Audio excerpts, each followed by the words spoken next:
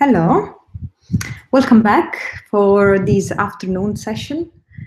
I will be with you for the next 4 hours. So if you have any question about Habit Tracker app or anything related to SQLite, I'm here to answer any of your doubts. And even if you have something you have noticed and you want to share to the rest of the team, feel free to post it on the Slack channel, Habit Tracker app. My name is Francesca, and I will be with you for the next 4 hours. There will be some breaks in between. I will let you know when we get closer to that. For now, we have the next hour and a half for us, and after that, we will go into break. Waiting for people to come online, and in the meantime, if you have any question, feel free to add it on the Slack channel, Habit Tracker app. I put also the YouTube link on the topic of the channel, so that in case you, for whatever reason, you close the desktop or the window and you want to restore the live streaming, you can find that easily on the topic of the Slack channel.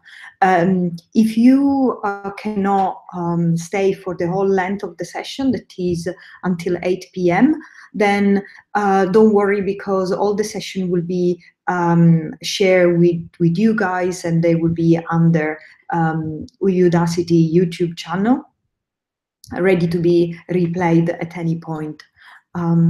Cool. So I've restarted also my laptop that this morning went horribly wrong at some point. So hopefully everything will be okay. So I'll wait for your question. If you have any question, any doubts, any curiosity also about SQLite or database or storing data on Android, we can have a nice chat in the next 4 hours.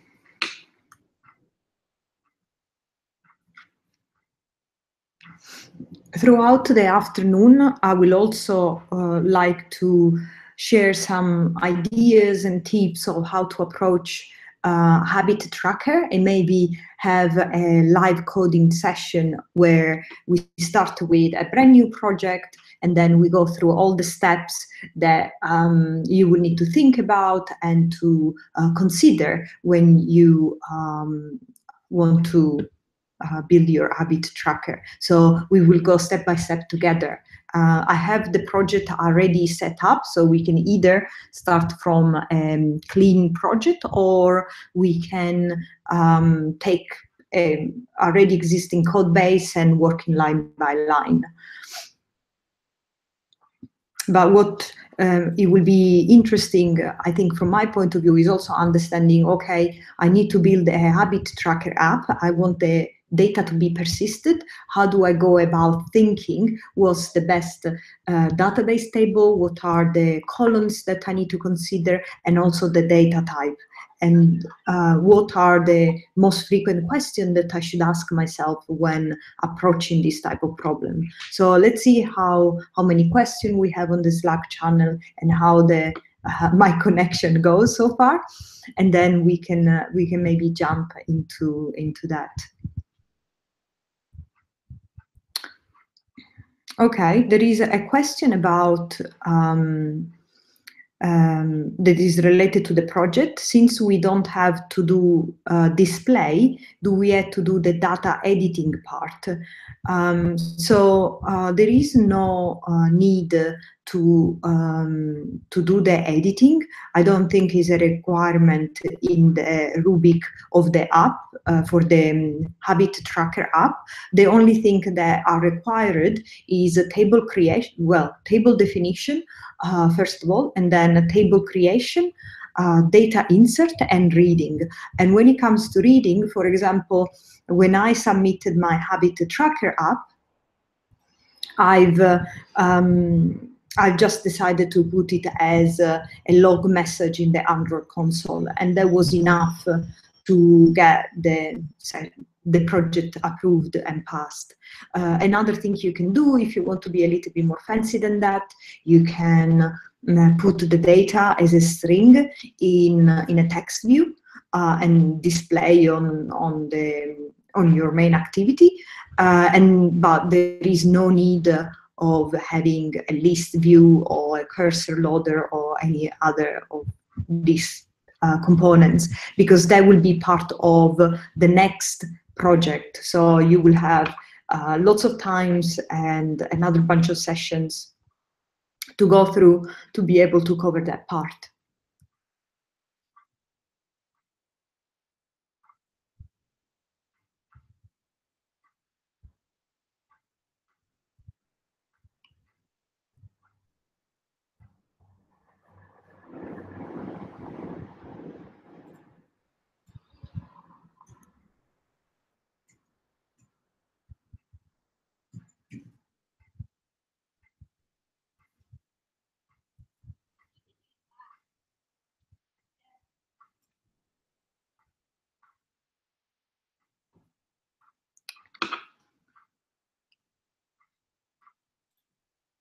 Cool.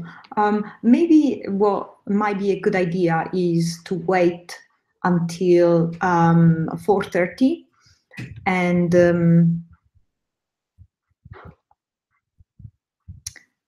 maybe we can at 4:30 CET time, I can start go through the habit tracker app, maybe do some code sharing and go through the step of how to build the app and what's the thinking behind, like choosing the right table, choosing the right column and data type, so that it will be easier than to do the project yourself.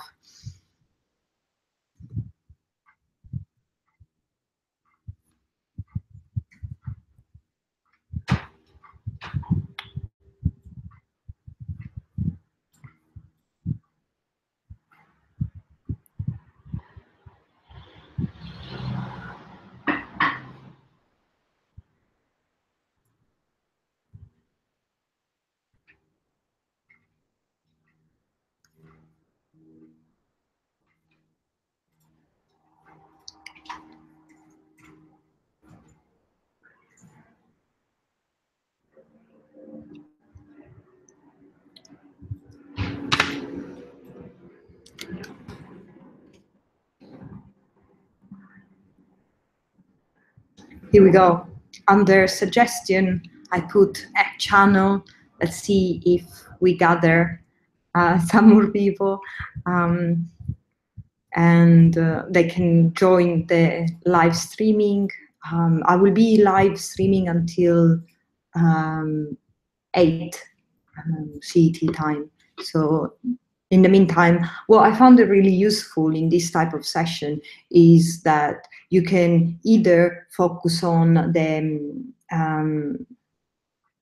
habit tracker app and maybe try to do it yourself while you can have the live streaming in the background. And as soon as you find something that is not clear or you are stuck somewhere, you can ask any question. The other things you can do is to either see if there is something going on in one channel and then jump to another channel. So there are different ways of approaching this type of event.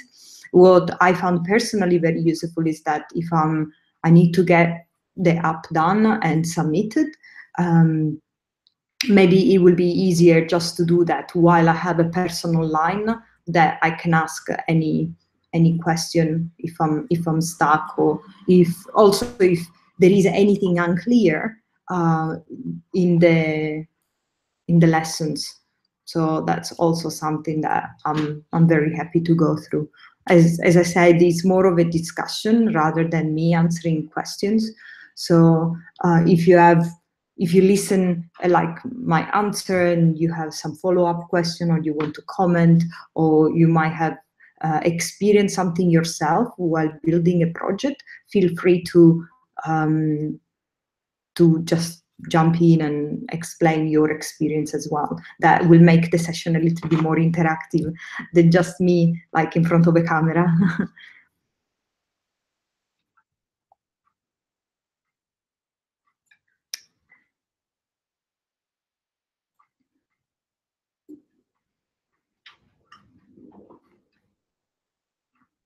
Cool. For whoever joined in the past few minutes, I'm Francesca, and I will be with you for the rest of the afternoon until 8 p.m. And I will be answering any of the questions you might have about Habit Tracker app, but in general about SQLite and how you find it. So if you are approaching the project for the first time, it will be very good if you start like this afternoon, and if you get stuck at any point, or also if there is anything in the lessons that doesn't make sense or needs a little bit more clarification, we can discuss together. I mean, it's me and there are lots of other people online that if I don't have an answer, they can answer. So what it will be useful in this session is that if you have a question, what helps me a lot if you explain what you are trying to achieve, and also if you have already identified a piece of code that for whatever reason doesn't compile or have the problem, and in that case we can move a little bit faster. I found it very difficult when there are live streaming events to actually have a look at the whole code base of the app, because I can do that, but then it takes a lot of time away from other people and other questions. So I think we will work better if you just have a specific like snippet of code, or maybe if you try to debug first yourself and then understand exactly which point of the application is not working or is not behaving correctly. There will be some breaks throughout the afternoon. So the first one will be in about an hour and a half, about an hour and 15 minutes to be precise. Yeah, even if the live streaming go into break, you can still continue to post your question. What I would like to do is to go through and do a proper code walkthrough of the Habit Tracker app, so that you can either code that while I walk through, and hopefully you are able to submit it today. That would be very nice. So if you manage to submit the app today, or maybe tomorrow at the morning session, it would be nice if you can like leave a message and say, oh yes, I submitted my app. And also if you pass it, because that's a good indicator that this type of events actually works, and they are nice to have. So I'm gonna go for the walkthrough in about 15 minutes. I just give the chance for people to come online, so that people don't miss that if they are interested.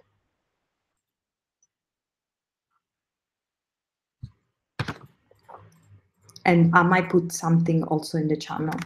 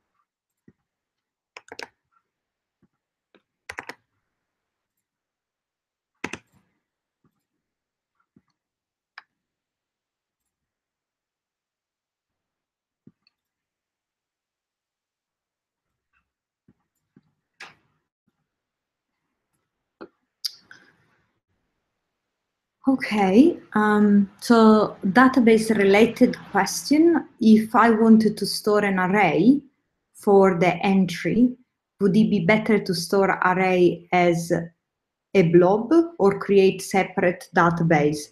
It should be custom database for each entry. So let's say that, how can we describe it? So let's say you have your shopping cart, and then in your shopping cart you have a list of products that you are buying. Okay, so what you would like to create, like from a more abstract way of thinking about it, not necessarily Android, not necessarily Android related or this habit tracker related. The best way to do that is, for example, in the scenario of having, okay, so this is, for example, if I want to store dates related to entry, when someone checks off activity, checks off. What it will be interesting to see what you mean about when someone checks off. Maybe an example will be easier.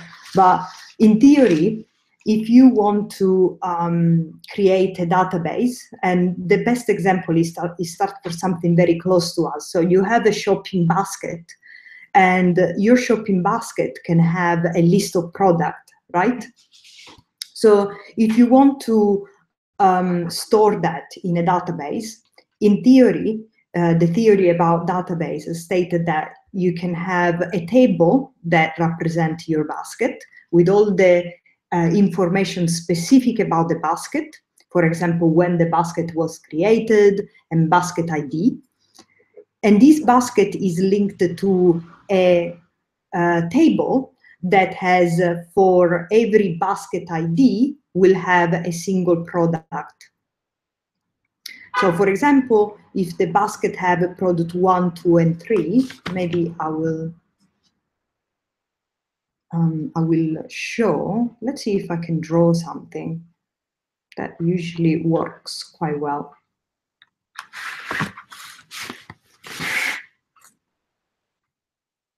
Should be tracked by dates.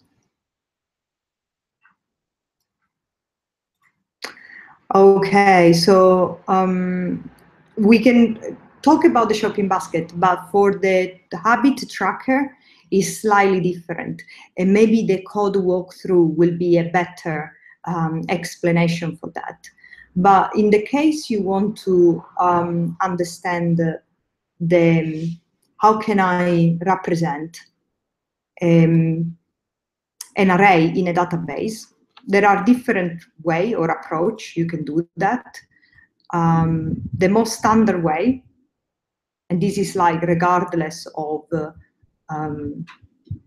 Android, that in general as a software engineer practice,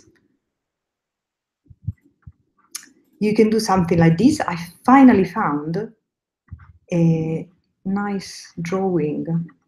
Things. Okay, present to everyone.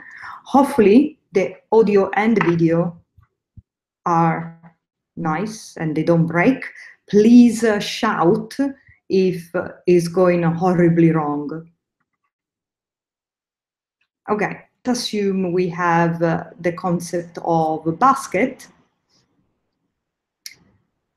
and the concept of a product in a basket. So if, for example, this is my table for basket table, you will have an ID for each basket. You will have a creation date, for example. What we discussed this morning, let's put in this way. Then what you also have, you will have products. So products or a single product can be also represented as a table with an ID, a name, and a price. Right? So if, for example, I want to link a basket with a list of product, the best practice in this situation is to actually have a table here in the middle that is your basket to product link.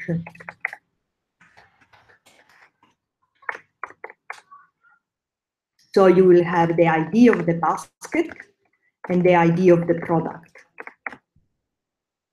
And you link this element like this. So the basket table will be linked to the basket to product link, that it will be linked to the product table. So let's go for something a little bit clearer. So for example, let's say I have a basket with the ID equal 1. And then I have, say here, product with the ID 1, a product with the ID 2. If I want to create this, if I want my basket to have both product 1 and product 2, it means that this table in the middle should have the following data. Should have a basket 1, product 1,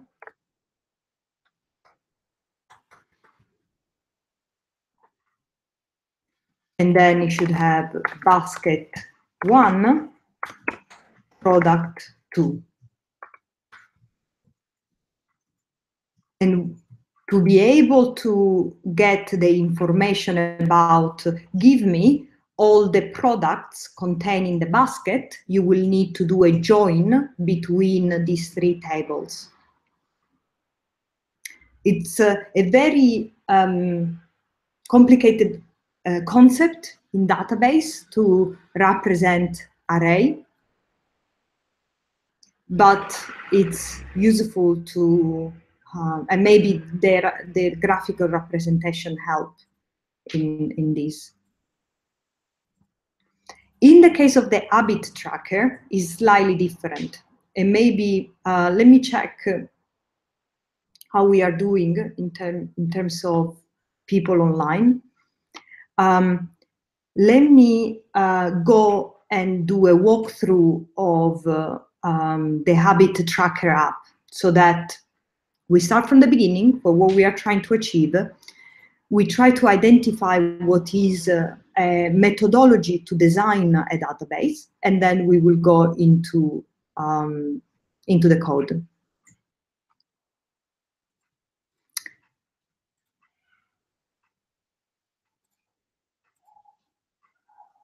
Okay, so one last question. Should join database be the same for all baskets and just filtered by user? Yes, the answer is yes.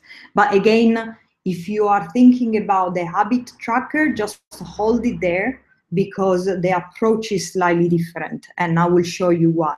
And maybe we can go back to that question. Okay, I think we are good to go. So what I'm gonna do, I'm gonna start with the habit tracker rubric, and then work from there, and maybe use some initial sketching to, first of all, understand how we can design a database for that. So I'm gonna share my screen. Again, because this morning there have been some problem with video quality and connection quality, please let me know on the Slack channel if something is not working all right as soon as I share the screen. Cool. So, share. Here we go. So we can, maybe we can move somewhere. Let me move this one down.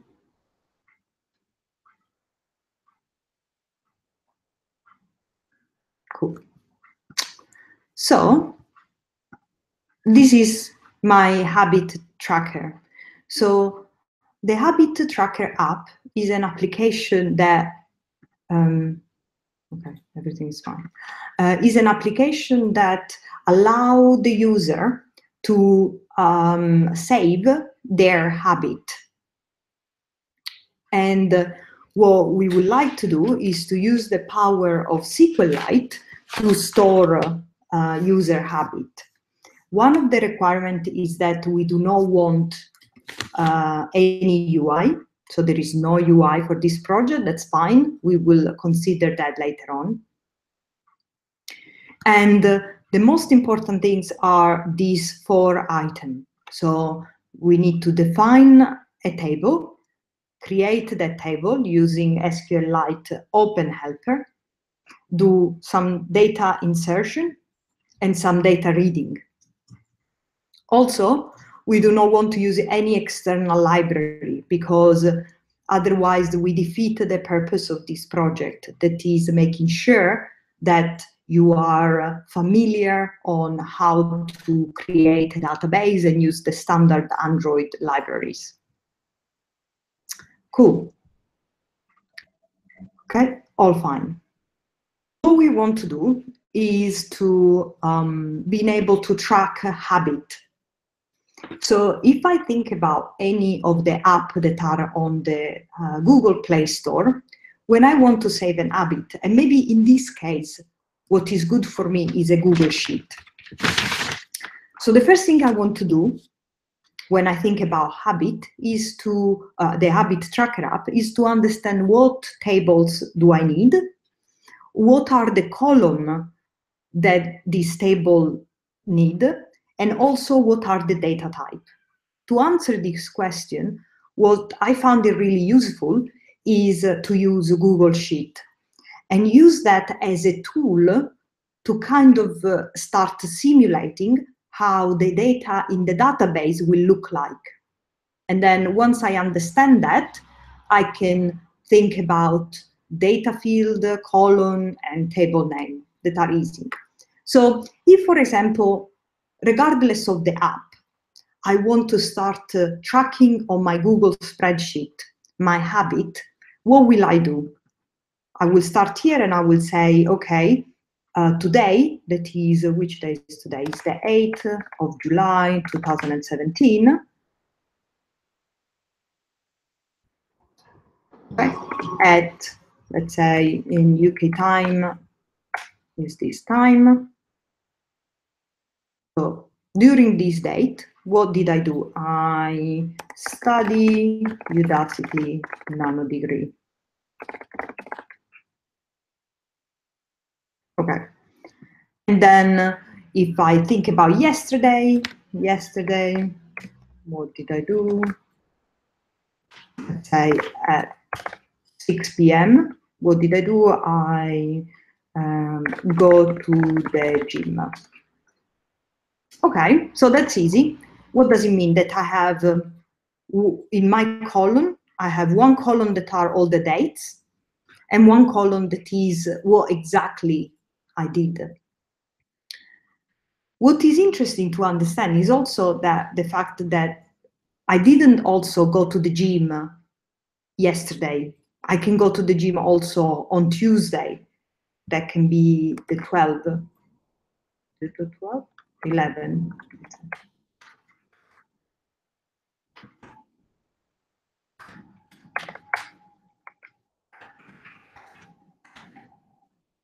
So what's happened is that some of these labels looks like they are the same for multiple dates.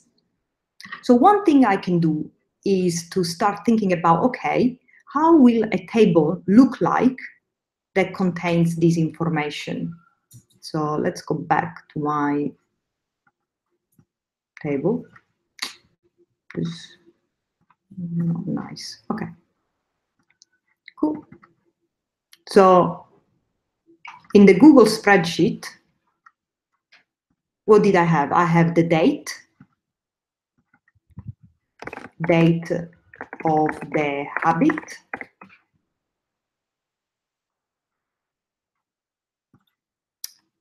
And then on another column, I have this one that is the habit itself.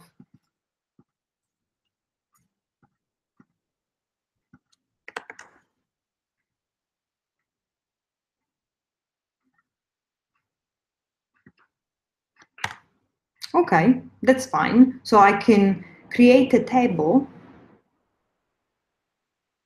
Yeah, cool. I can create a table that has the date of the habit and the habit, like I have in my Google spreadsheet. One is the date and one is the habit itself. Let me zoom in.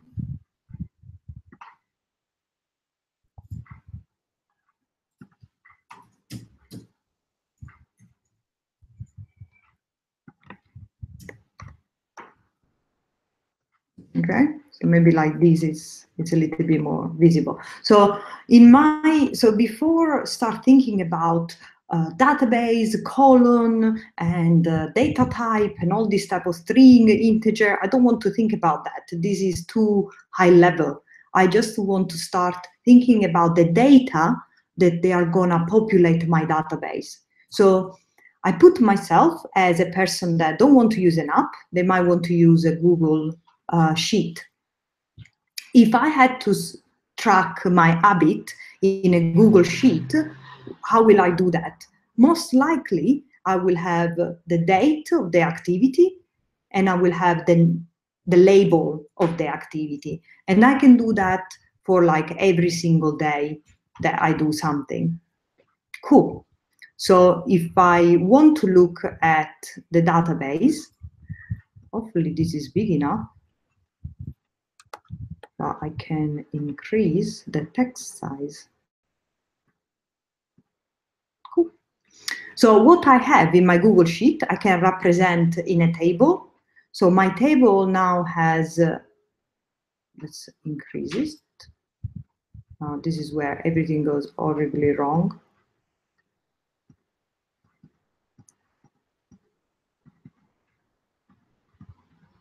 Okay, that's fine.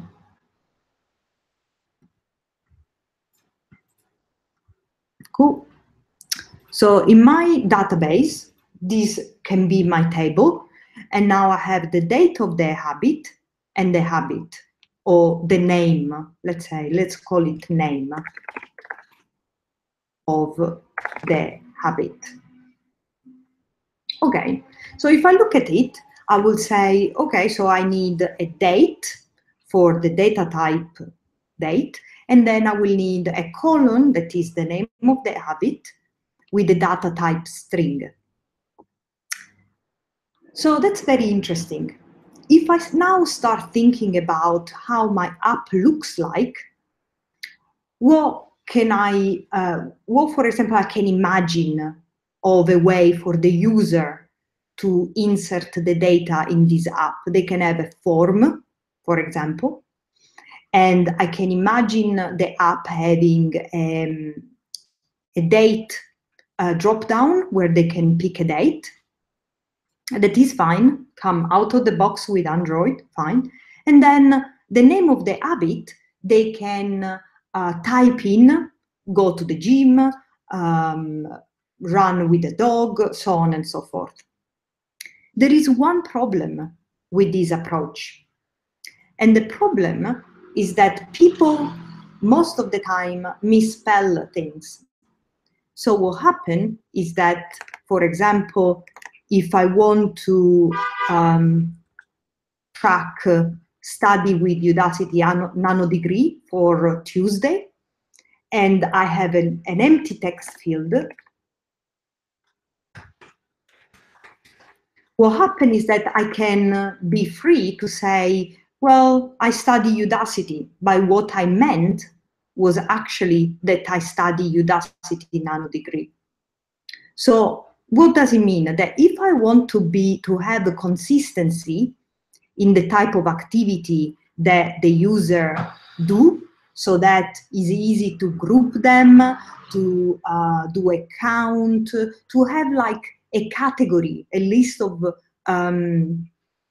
a specific set of activities that the user can choose from, this column cannot be a string because otherwise it's too flexible for the user. What I can do, I can have this column as an integer, meaning that what I'm gonna save into the database will just be a number. For example, Udacity nanodegree can be 1, go to the gym can be 2, walk the dog can be 3. And in this way, the database, first of all, will be a little bit lighter because it doesn't have to save a long string.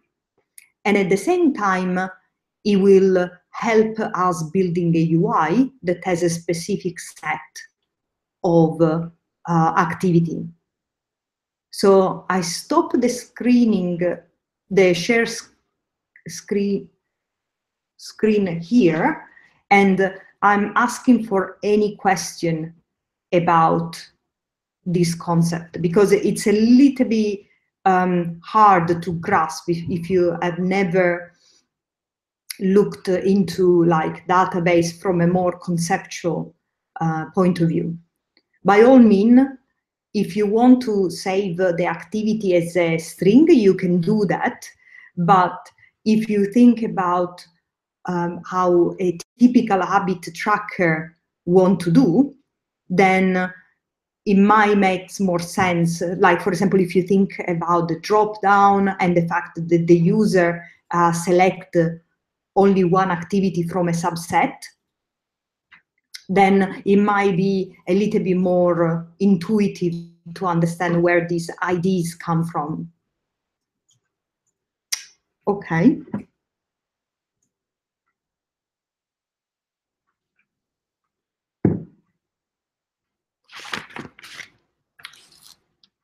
Cool.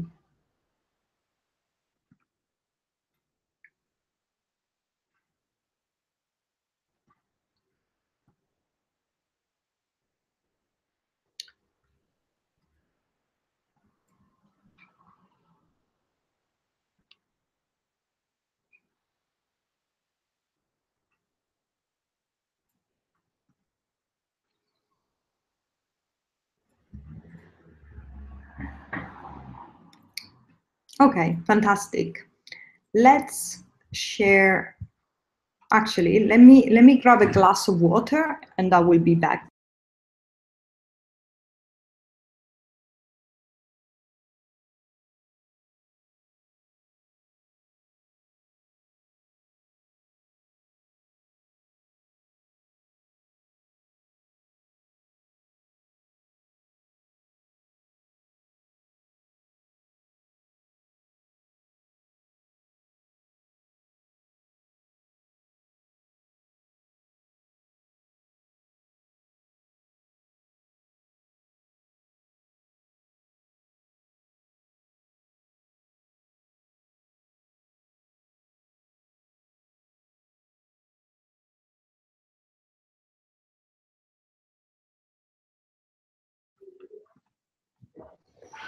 Okay, great. So let me share the screen again. So back to the drawing board. So now our table has the date of the habit that we said being a date. And then we have the name of the habit that we said being an ID or an integer. This is how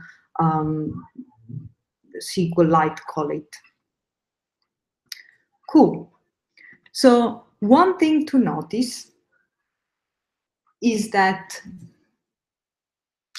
in the specification, they said that one of the requirements for data insertion that we should add at least 2 values of 2 different data types. For example, integer, string into the database. So for now, we are okay to have date of the habit and name of the habit be an integer. We have 2 data types. If you don't want to save the date of the habit, or if you want to have an extra column, for example, that has for a comment from the user about something, like I did. Or you can add another column. Oh, that's one column, two columns, and then we have column number 3. What you can do like I did, for example, add a comment field, have a string. In theory, you wouldn't need a comment because you have already 2 data type. Let me check here that the streaming is all right. Yeah, you have already date and integer, but if you don't want to save the date in there, so for example, if you don't have this column, then you need to have at least two data type. Now, I don't remember what I put it in my code. We will go there in a minute, but just so you remember that this is one of the requirements. So one of the requirements is to have at least 2 values of 2 different data types. String. Cool. So now that we know which table we need 1 table. We know which columns we need. We need here. We need, for example, a date of the habit and the name of the habit, or we can put a name and a comment, and we know also the data type for the attributes. So now we need to start the coding part. So for the coding part, let me open Android Studio. And now let me make sure that there is no problem in the streaming. Fantastic.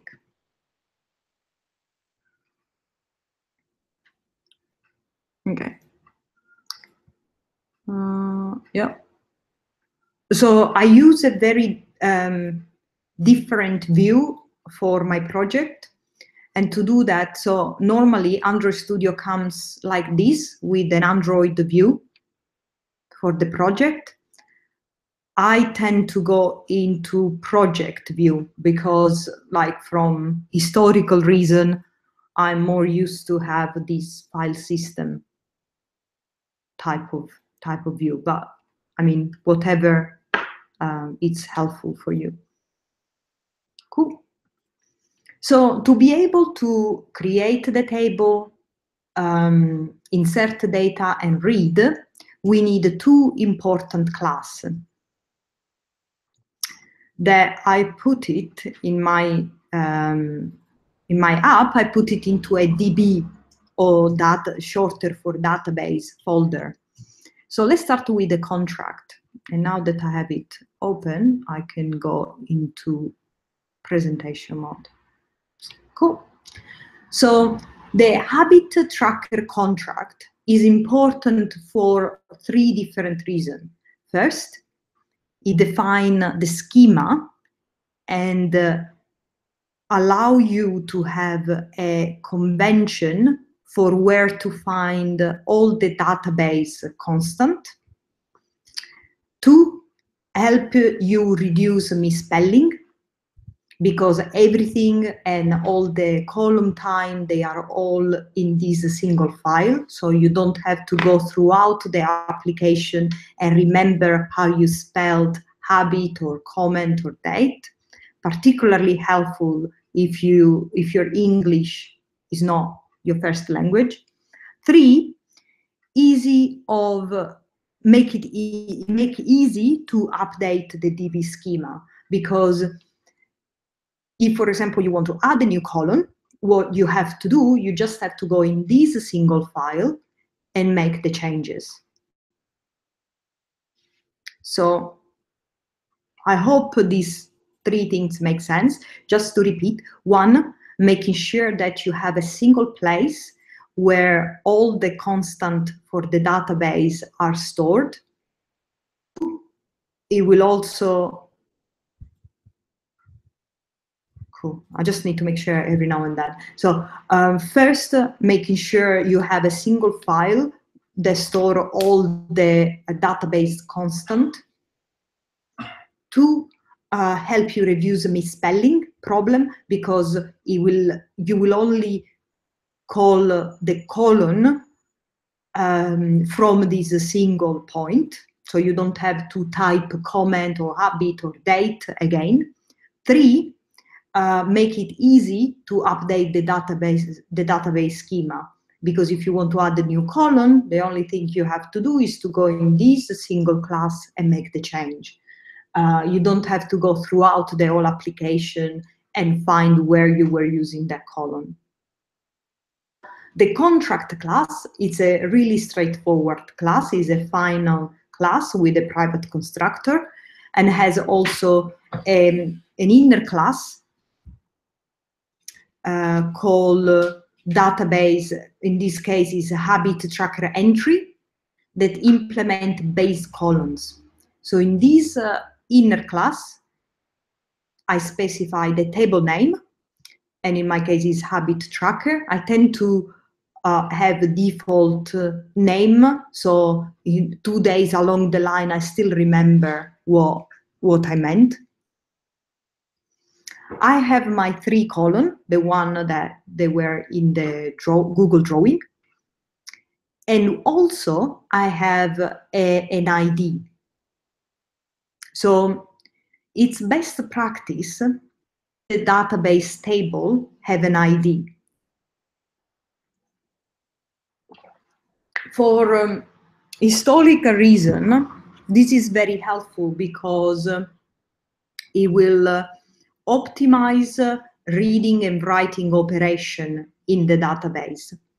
If you want to know more about IDs, maybe we can have some conversation after this one. But what is most important is that every time you have a table, remember, have a primary key that is the ID.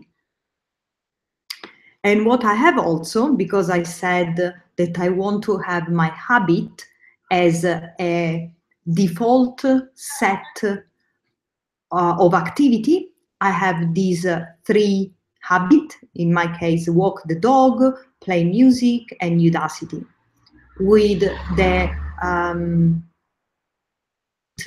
integer 0, 1, and 2. So, quick recap. What happened how the table is structured is that I have an ID. Actually, let me go back here. Yeah.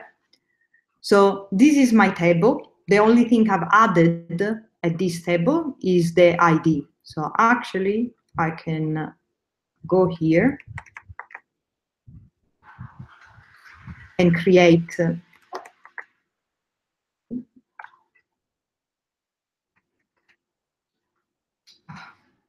here.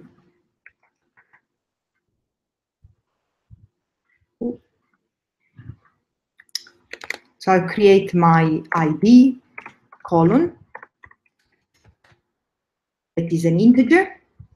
I create a column date of the habit, that is a date. Name of the habit, that is an integer, and comment of the habit, that is a string. Name of the habit is an integer because, as we discuss, we want to make sure that the user select from a set of predefined activities. In my case, the set is walk the dog, playing the music, and Udacity. Cool. So this is the contract.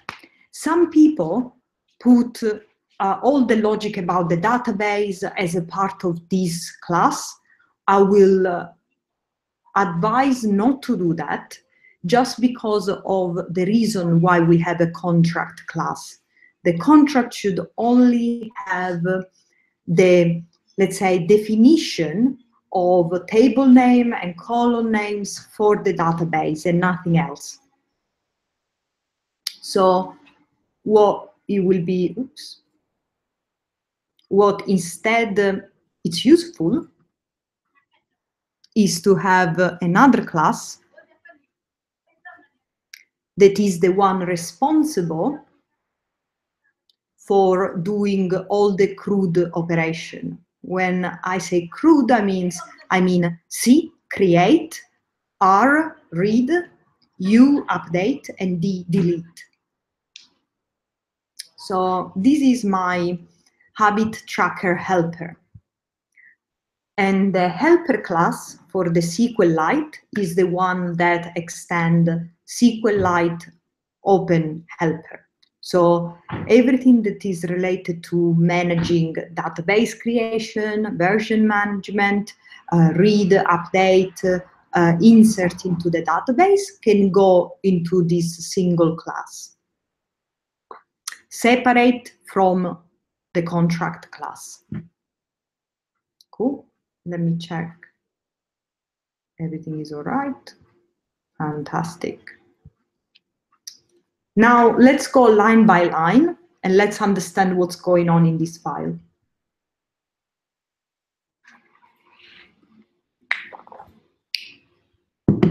So forget this part for a moment. Let's start from the constructor. The constructor take as an argument a context. And the only thing it does is call super constructor. So the constructor of SQLite open helper. So the super constructor has 4 different arguments: the context, the database name. Actually, let me go here. Let's see if I can go. The context that is used to open or create the database, the name of the database, a factory that is used to create a cursor, version, that is the version of the database, and that part, that null, is any database error handler.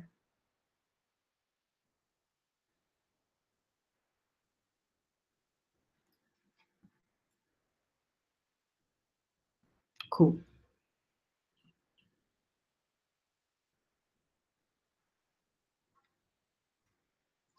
So as the constructor of the parent class tell me, I'm passing the context. I'm passing the database name that is a constant under the name habittracker.db. Null, because in this case, I don't have to do any cursor loader. Fine for now. And then I have database version, that is the version of the database.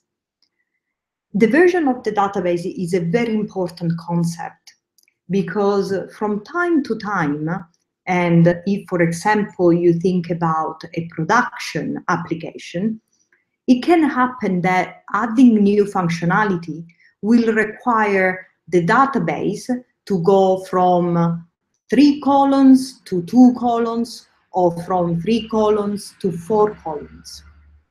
To handle all these versioning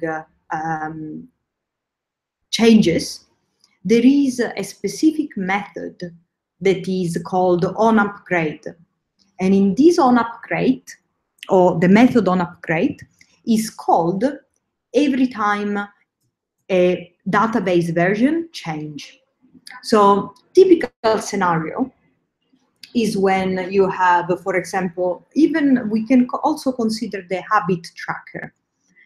For example, the habit tracker, we decided to have as a colon date and habit name as a first release. So we release, everything is fine. Then on the Google Play Store, lots of people start saying, oh, actually, I want to also put a picture next to my habit because like other apps are doing, I want to have a gallery or I want to take a picture while I'm doing the activity. In this case, to be able to have that feature in the app, the database will need to change. from having as a column date a habit name to have date, habit name, and picture. To be able to do that, what we can do, so from the version 1 to the version 2 of the database, we will need to implement onUpgrade. And in onUpgrade, we need to have a SQL statement that will add a new column to the database. In this way, when the user downloads the app from the Google Play Store, the database version will be 2 instead of 1. So the Android operating system will know to execute onUpgrade and to add the extra column then to the database. So this is a very interesting and very recurrent use case where onUpgrade might be very useful. Anyway, for a habit tracker, this is not needed because you just create this database once and that's okay. But it's good to know. Cool. So I have my constructor and then I can call onCreate. OnCreate is called when the database is created for the first time. So there is a logic within Android SDK that is able to understand if the app has never created a database before, or if the database has already been created, so nothing, if the version hasn't changed, nothing should happen. So in the case in which the Android SDK realizes that the database has not been created for the first time, we need to create the table. So I have saved in this string my SQL statement about creating a table. So I do, like in the lesson, I do create a table plus I use the table name that comes from the contract. So remember, every time we want to refer back to the table name or to the column name, because we have the contract table, the contract class, we do not need to manually insert or type the name of the table or the name of the column. So always remember to use the contract class. So I do create table, and then I do habittracker.habittrackerEntry.table name. And then I open my parentheses and I start adding all the columns. First column is my ID. So ID by default are, because they are primary key, they are by default integer. By default, they should have a primary key. And also they are auto increment. Why? So integer, we saw before, is an ID. So that explain. Primary key, what does it mean? Primary key means that there will not be any other row in the database with the same ID. If someone try to insert a row with an ID that is already existing in the database, we will get an exception. Okay, I hope that makes sense. And again, continue to post the questions, and after I go through the code, then we can look at that. Auto increment. What we want to do for that ID, we don't want to remember every time what was the last ID that we insert.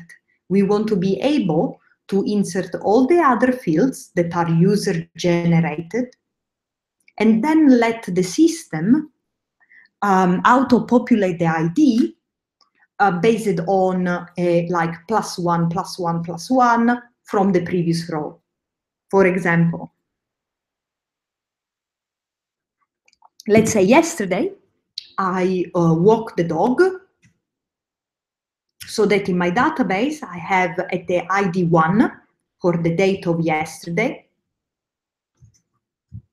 Actually, I can go back to my nice spreadsheet and I can look at these things. So this is my ID, this is date. Let's see if I have the same name. Date, habit, and comment. Cool. Date, habit, comment. Cool. So let's remove this. So yesterday, I have walked the dog. So in my case, my row will be 1 because it's an auto increment, so I don't need to provide it. Automatically will set it to 1. Date is yesterday, 07/07/2017. Is walk the dog. So if I go back to my list of activity, walk the dog is 0. So my database colon will be 0. Comment, I like my dog. If today I study Udacity, the only thing I need to do is to put the date,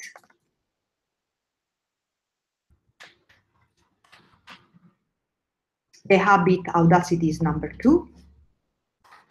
I love Udacity. And the system, or SQLite, by default will automatically will set the ID to 2. Okay. I hope that makes sense. Let's go back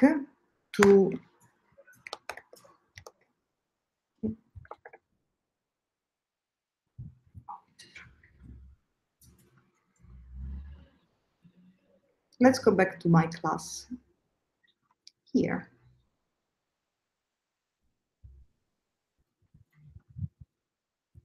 Okay. So this is the meaning of integer, primary key, auto increment. Then I have the date.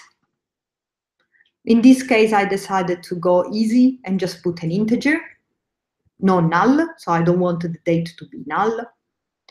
I put a habit, that again is an integer, and then comment, that is a string. That I use my db.exec.sql to actually execute the statement.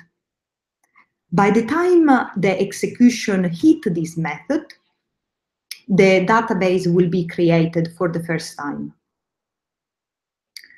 Then we have on upgrade, I think we talk about it. And then we have insert. It is about adding a new habit into the database. To do that, we need to have an instance of SQLite database, and we need a writable instance because we are going to perform a write operation. And then, as explained to the lessons in Udacity, we need content values where we put the date, the habit, and the comment. These are the ones that we need. We don't have ID because the ID is an auto increment, so we don't need to worry about that. And then we can call insert. As you can see, at no point in here, I have manually rewrite the name of the column or the name of the table. And again, this is very important because it's really important that you have the contract class where you isolate all these constant. Cool. So that's the insert. And then I have the read. So the read, again, I went very easy.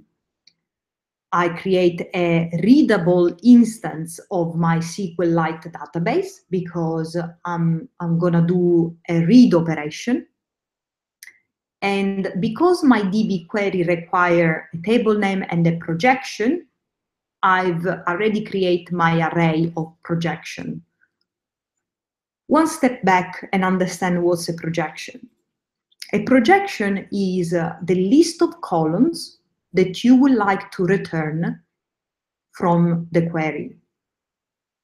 So if I look into this method, what I have is when I query the database, I need to specify the table, in my case, the habit tracker, the columns I want to return, selection and selection args. These two elements are required if you want to filter your result by a certain criteria. And remember that it's very important to separate the column you are filtering by and the value for the column you are filtering. And this is because of security implication. Group by. Group by allow you to group the result according to a certain criteria. Having, making sure that you have a filter where they declare which row groups to include in the cursor, and order by. Order by is very useful if you want to sort by a certain criteria. For example, you want to have a functionality in the app where you want to, for example, have an option where you can sort by date or you can sort by activity. So you can do these type of things from the point where you get the data from the database. Cool. Now let's go back to Habit Tracker Helper. And let's go back to presentation mode. So I have read habits. As I said in the projection, the only thing that I want all the columns, including the ID. So I want ID, date, habit, and comment. And when I call the method query, I will have table name. So then the table that I'm interested in is the habit tracker. Projection is the one defined.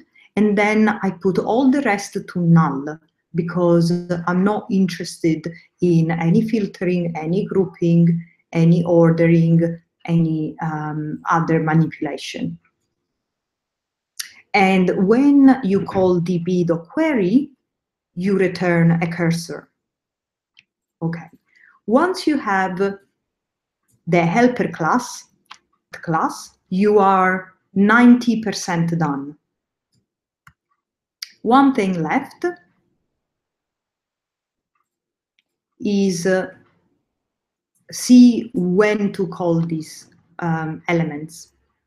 So let me go to my main activity. And this is the default main activity that is automatically generated when you create an Android project for the first time. So I didn't do any fancy UI.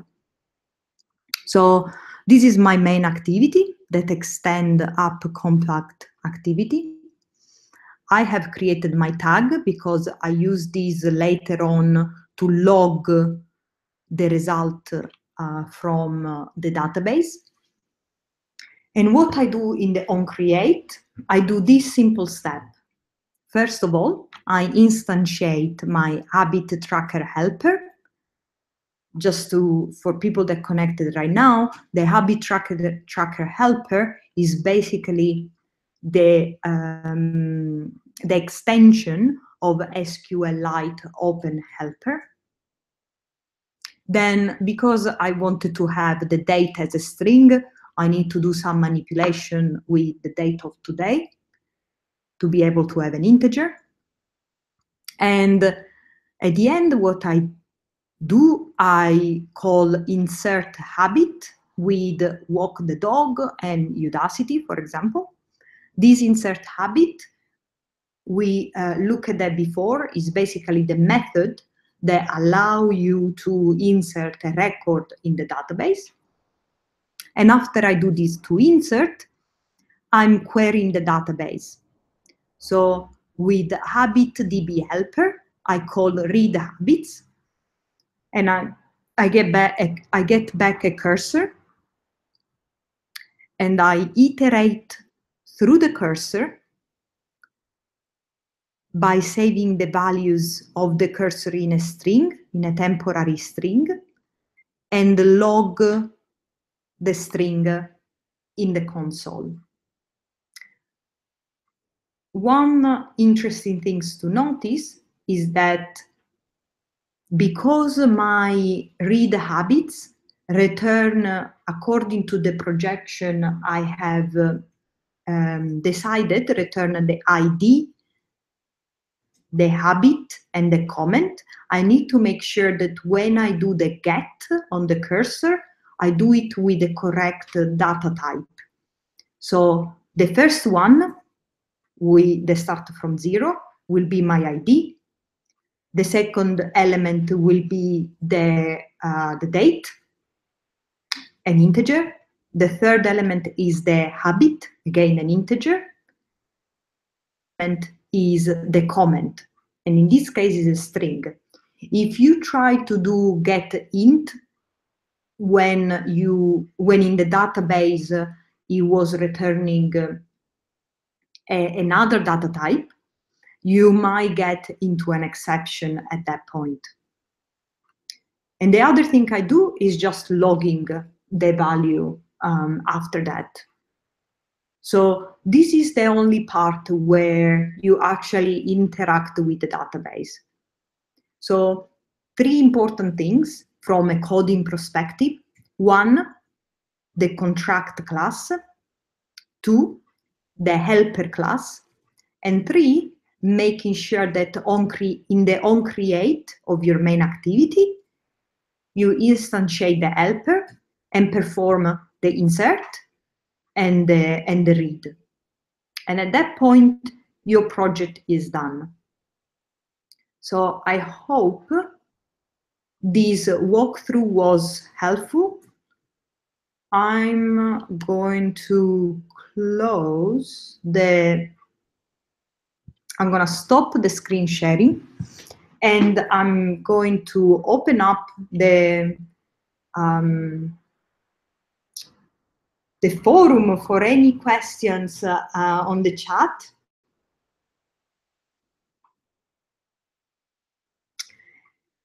And I'm going to go also through any of the activity that have been going on while I was with my screen sharing.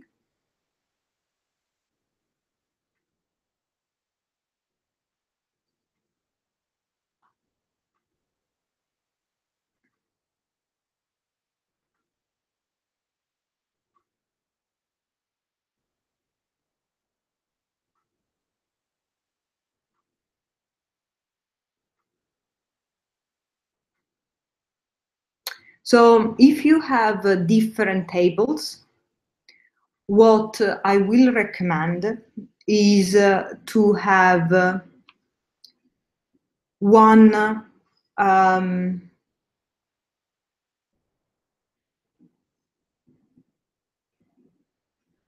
so when you try to when you have a more complex application, what I found really helpful is to still have one single helper, but maybe split the actual read and insert in a specific class. But it's important that you have a single helper, because the upgrading might require then to have a multiple table to be joined at the same time. So I will not go for different DB helper, to be honest. I will actually have one helper that then call different different class. One that is taking care of the insert and the read and the delete operation.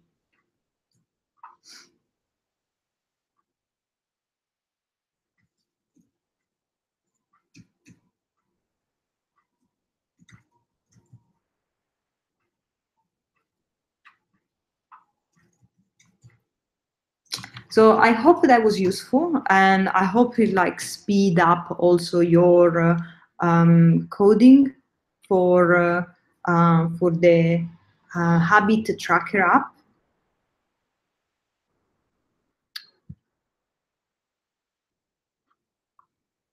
If you have any other question, if you want to even talk about way to extend that database, we can also like have a chat about that. Of course, the habit tracker is just a starting point to understand how database and connection works, and mostly something that gets quite forgotten most of the time, how to design the database in a way that is efficient. Because once you understand that, then the coding part can be very easy. And especially if you're going into a production type of system, most of the time, these operations are hidden behind library or third-party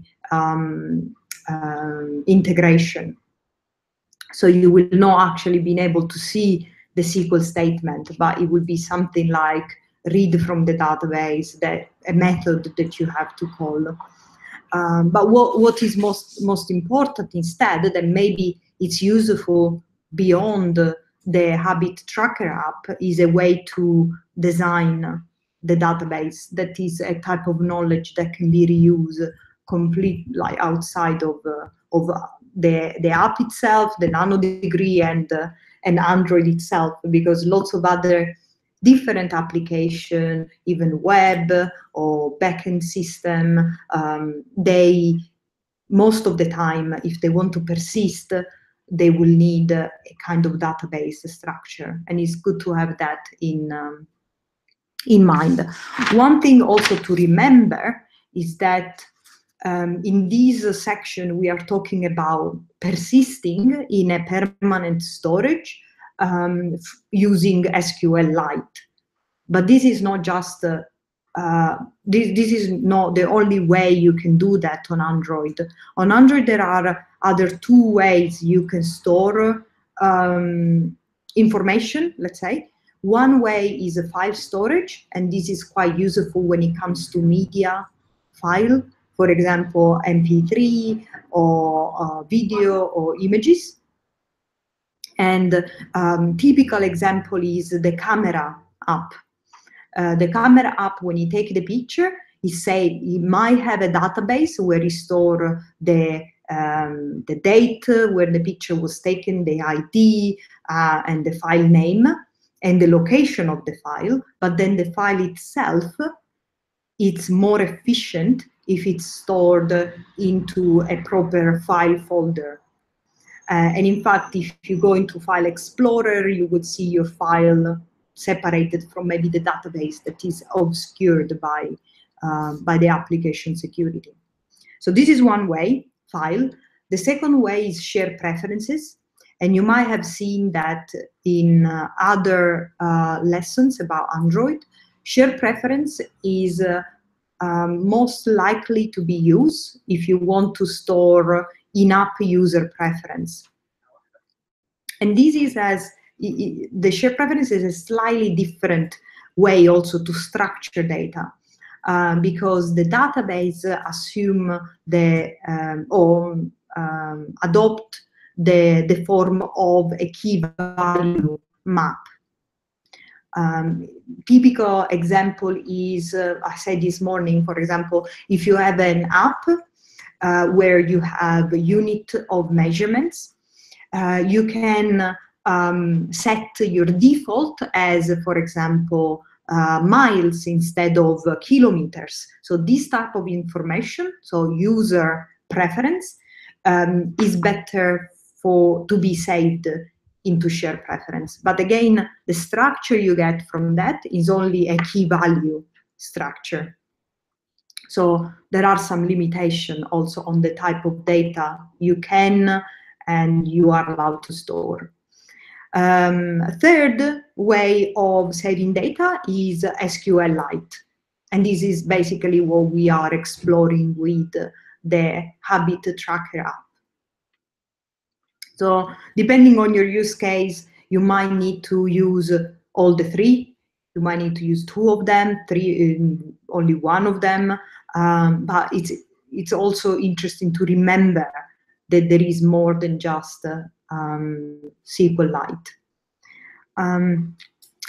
One other thing to mention is what to save in the database, and this is more like a broad conversation about data and security. It is it is not recommended that user or data that can identify the user personal information shouldn't be saved permanently on a device. So anything that can be considered as a private information, for example, gender, date of birth, home address, these type of things, it's the best practice is not to save them. If you have to save them for whatever reason, there are ways on Android where you can encrypt the data. And in that case, then your data are protected. For one simple reason, if someone steal your device, they can be or they can get the data of the database. And we saw an example this morning of how it was possible with a rooted device to get the database information quite easily. So if, for example, someone steal your device and manage to make it a rooted device, then if your application or the application you have built save personal information without any encryption, the person with a malicious scope can like get hold of that data. That is not very nice. So also be mindful and of what you save in the database, and making sure that all the very strict and necessary information are saved there, and make sure you don't save any personal for the user information that can expose user privacy. That's another thing I wanted to point out. If you are interested about how to encrypt your database, or how can you have a more encrypted ways to store information, maybe something we can explore more after the break. So in about 5 minutes, we'll go into a 15 minutes break.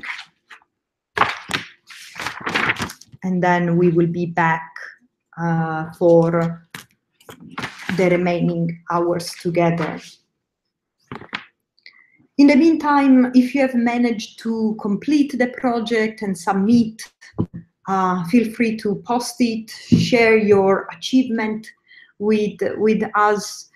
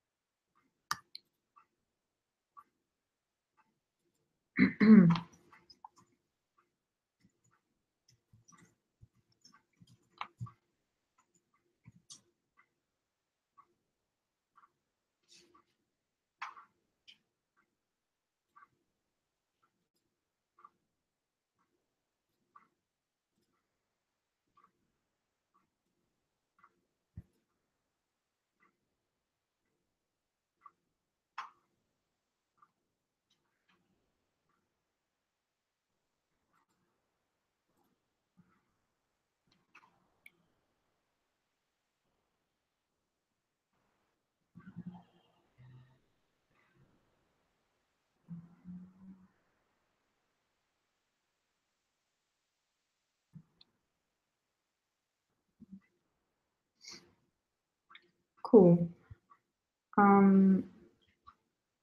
If there are no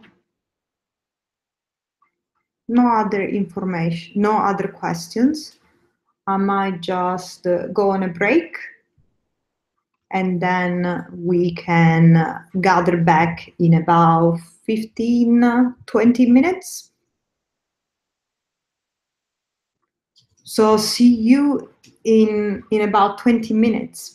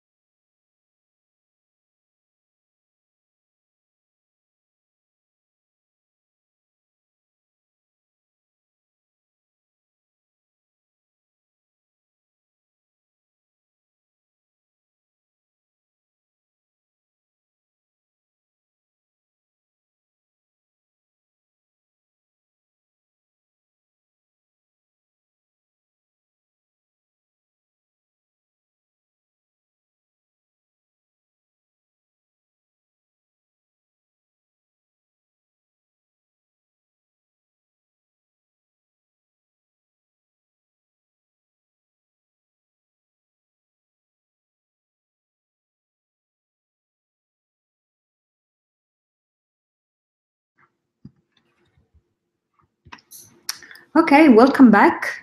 I hope you had the time to have a coffee or something to carry on in the afternoon. I have my water, so I'm fine.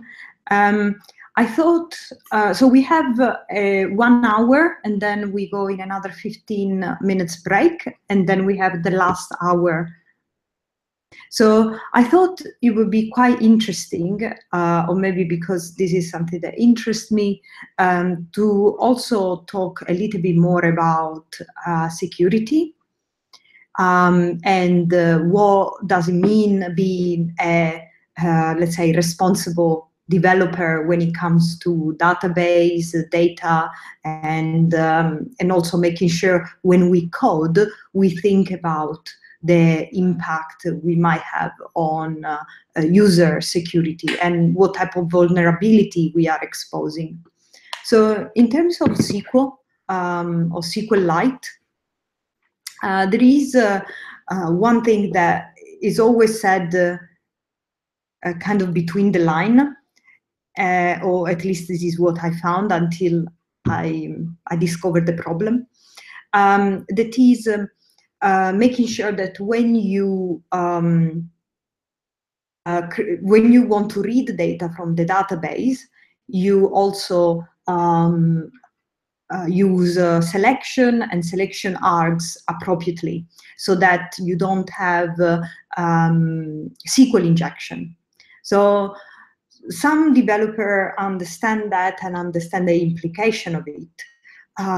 Some developers, it's much easier to just ignore their rules and write the selection as a part of the same string. So I want to show you in the code what exactly means SQL injection and what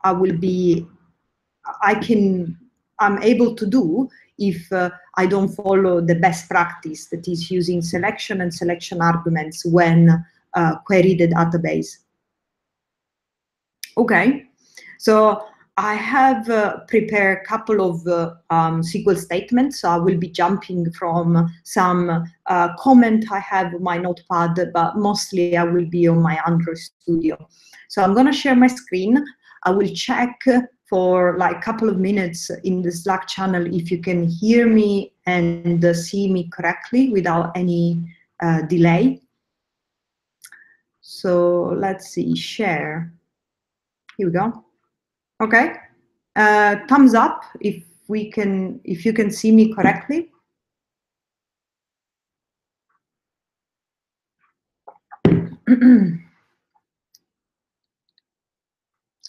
I guess I also take the silence as a yes.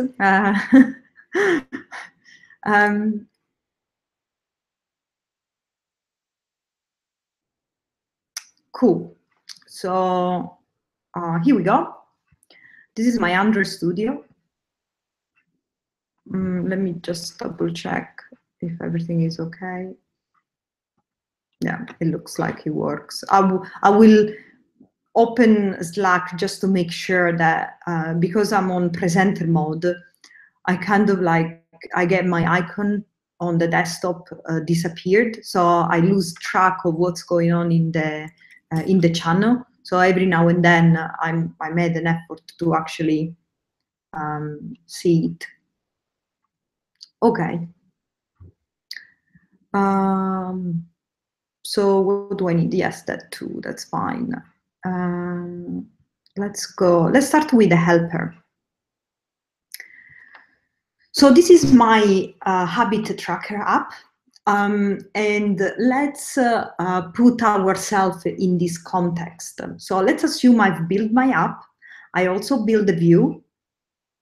And I also built an interface for the user to insert the data. Okay, so what I have created this method called nasty read habit.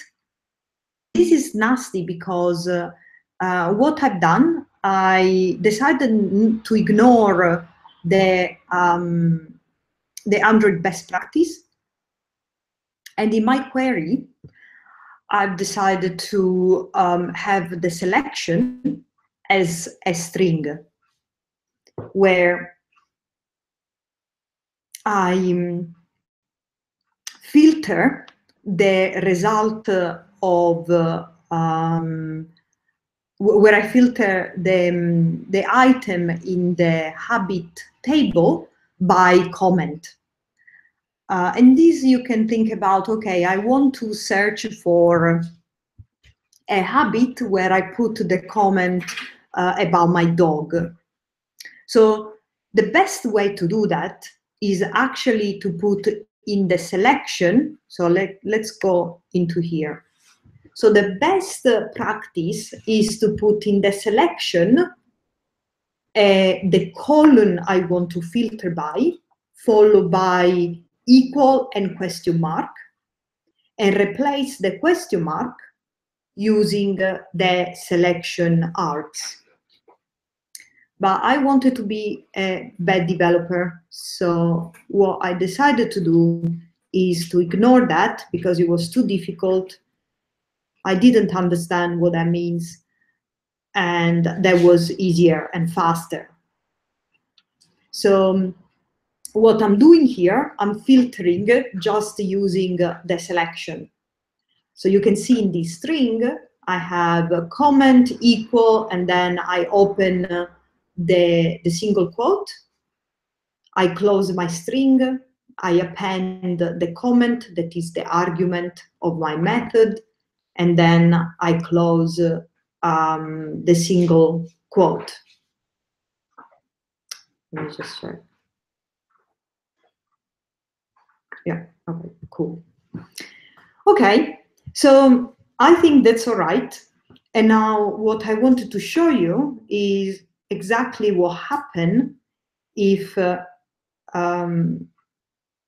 with this type of construct. So I exit this one, and I now go in my main activity. So because I didn't want to like build the whole app to show just the concept of it, I need to explain a couple of things I've done.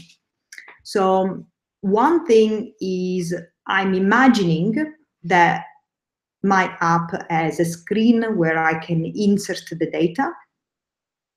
And I've added these other lines of code where I'm imagining that I'm going through, I'm calling the nasty read habit with the comment, and I go through the cursor. So in theory, if this was a real app, this method and this comment can come from a search bar. For example, I have my app, I have a search bar where I can type the comment I'm looking for. So this is the type of screen, if you can imagine, that I have in front of me. But for simplicity, let's just assume that this argument is passed from the view. So it's easy for me to just restart the app and change this argument. Okay, so let's see that I'm a normal user. The normal user will go into the app and he will open the search bar and type my nice dog, that is exactly this one, and press search. So when the user press search, this method, let's assume this method get called. So what's happened, let's run the app actually.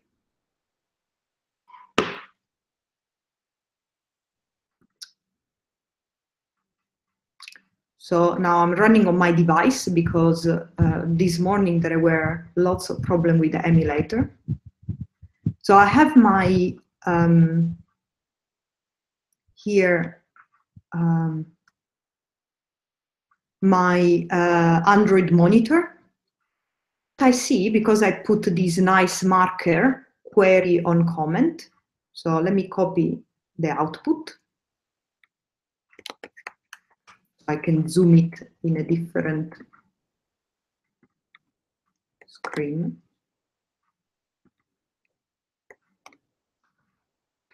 So, okay, if I see my output, what's happened is that I have a query on comment. Okay, this is where I call the query about comment. And then because the argument is just, I only get the information about my nice dog, about the habit related to my nice dog. Okay, that's fine, it works. So I'm a good user and I get the result that I'm looking for. Just check that everything is okay. Cool. Okay, so now I'm a malicious user. So first of all, I need to understand if the app is exposed to SQL injection. So the best way to do that is to do something like this. Let me enter presentation mode again. Okay. So let's assume I'm a malicious user. And the first thing I want to understand, I see this app, I see the search box. I said, okay, I can see that the app is saving data, is persisting this data. Maybe because I know Android, they are saving into SQLite. Okay.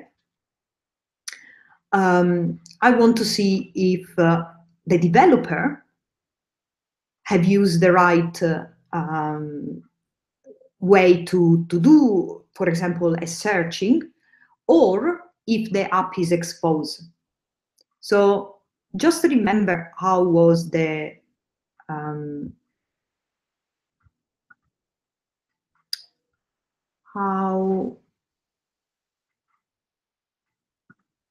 how was my nasty read habit. In my nasty read habit, I have a comment equal, open single quote, and then I append the comment that passes an argument, and then I close the single quote. Okay. This is a very typical scenario of SQL injection. So let me go back. How can I go there?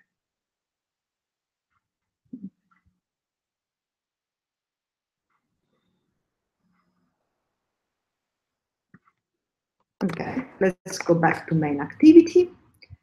So what I'm gonna do now, let's say that I pass in my search box a wording in this way. Something, close the single quote, or x equal x without the single quote. What that means, if this doesn't throw any error in the console, it means that my database query is vulnerable to SQL injection, because I will be able to make the SQL statement pass and be executed without any error. And what I'm leveraging here is the fact that I'm composing a string by using opening quote, opening single quote, and closing single quote. So I put some, let's say, random word, I close the single quote, but I continue the string with something that is always true. So if my app is exposed, I should just execute this without any error. So I go back into my run and I run the application. Let's see what's happened.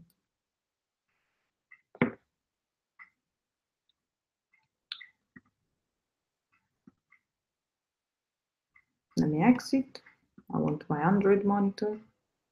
Here we go. So my, let's actually clean a little bit of stuff.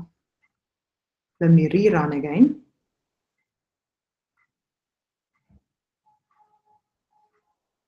Okay. So the application execute, And the query also executes without throwing any error. The other interesting things about this query is that it actually returns all the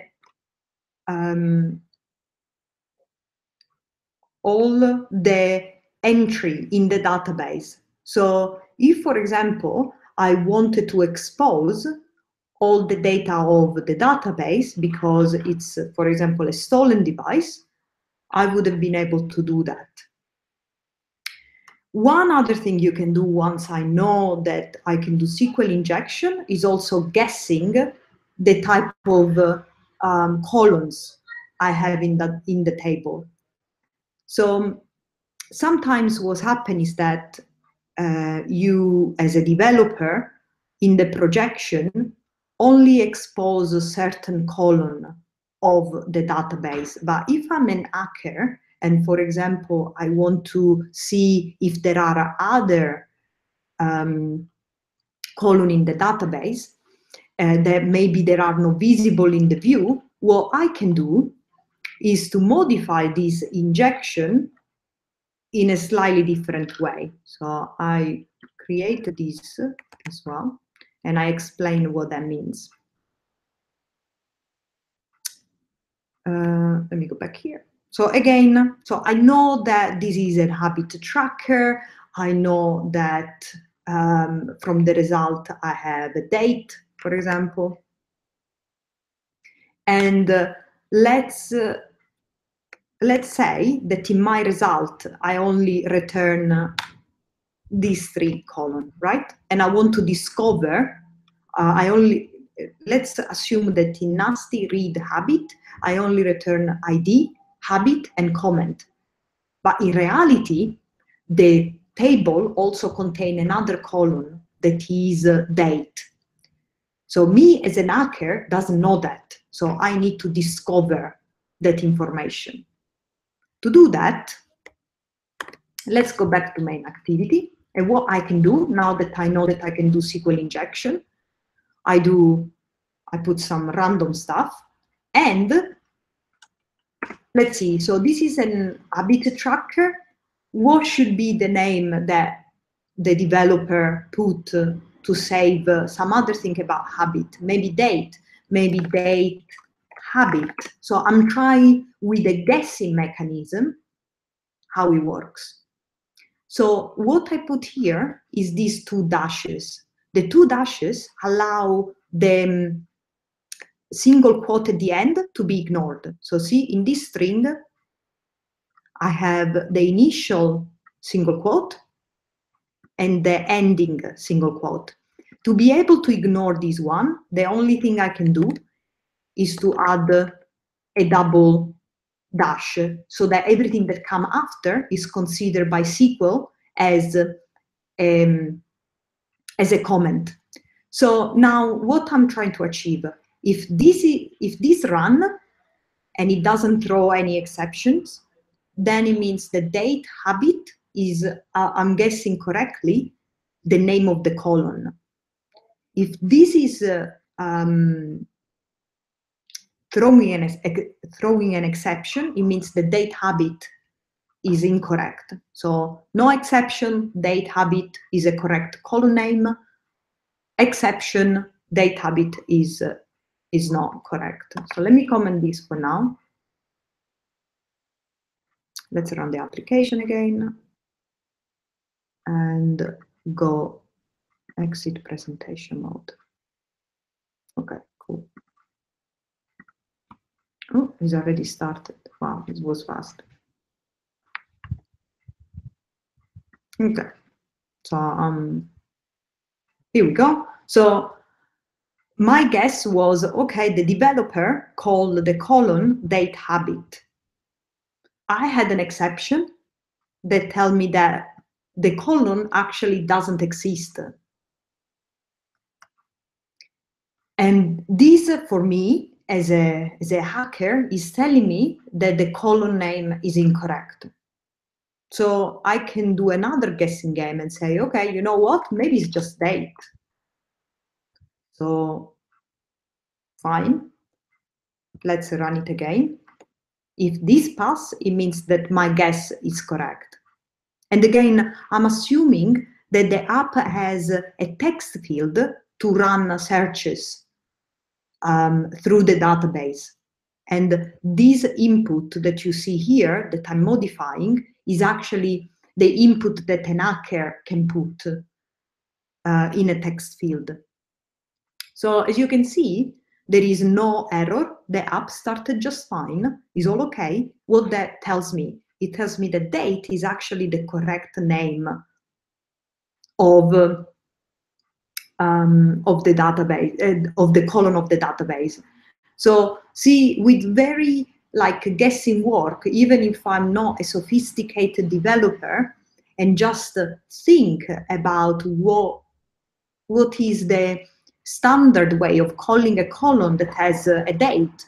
Like we as a human nature, we tend to use the same way of calling things. For example, if we have a database or a table that store contacts, I'm sure lots of you will think that you will need a column that's called first name, a second column that is called last name, and then a column that is called telephone. So even if you expose telephone, a person that thinks smartly about a way to design a database will come up with a similar column name. So this is what I can do. As I said, if I do something, once I know the date, I can know, for example, the comment, and I can guess even more stuff like, okay, in this way, if I just do, if, for example, I've guessed that you have a column called comment, I would say, okay, so search for a comment with this X, or comment like this symbol here, percentage. The percentage in SQL means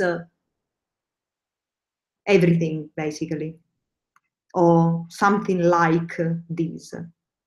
So in this case, if I run, what most likely happen is that I'm able to see the complete table.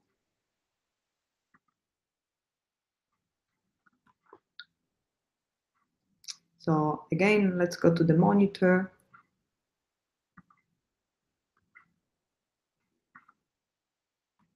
Start the application.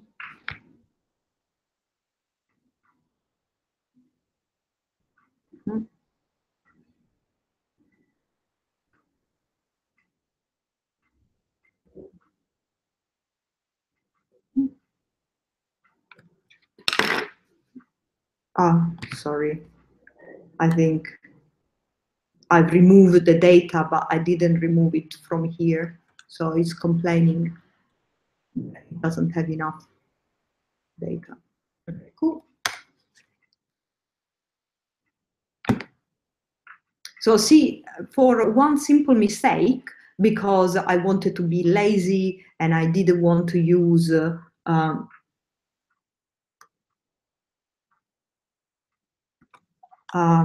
I didn't want to use the best practice of Android, just because it's easier to write everything in a string. The consequences of that is that I'm able to get, for example, as you can see here, now I get the full database. And if this database contained a password, I would have had the full database with the password in it. So as I said before, be very mindful of the impact of you as a developer can have when writing code and when making decision about the approach. So just making sure that if you decided to go for an approach, and you know that you're doing that because you want to be faster, is just because, like, you know, also the consequences of that and what people can do with the application. And it doesn't matter if the application is an habit tracker or is it, I don't know, Facebook. The important thing is that people use their phone, and the phone is very close to their personal life. So everything that can be stolen from that device and can help someone malicious to reconstruct the user can be used to harm. So as you can see how like a very single line of code can generate some like impact along the way. And then there are other things to be considered when it comes to security. And it's such a shame that there is no enough space in the nano degree to talk about that. However, on developer.android.com, there are lots of interesting tips and best practice for security and privacy. So if you are interested in that, go and have a read. It's not very difficult to understand. They are all very sensible way of like approaching problem and think about problems. Sometimes or most of the time is more about thinking about the consequences or something. One other thing related to, like slightly related to database, is when you guys will start using content provider. So content provider are the structure mechanism to basically handle, to help the application manage access to data. And another consequences of like maybe forget about stuff is content provider can be set with, for example, an attribute in the manifest that is exported. So when you define the content provider in the Android manifest, you have an attribute that is called exported, and it can be false or true. So when it's false, it means that only your application can use the content provider. When it's set to true, it means that other apps can access your stored data.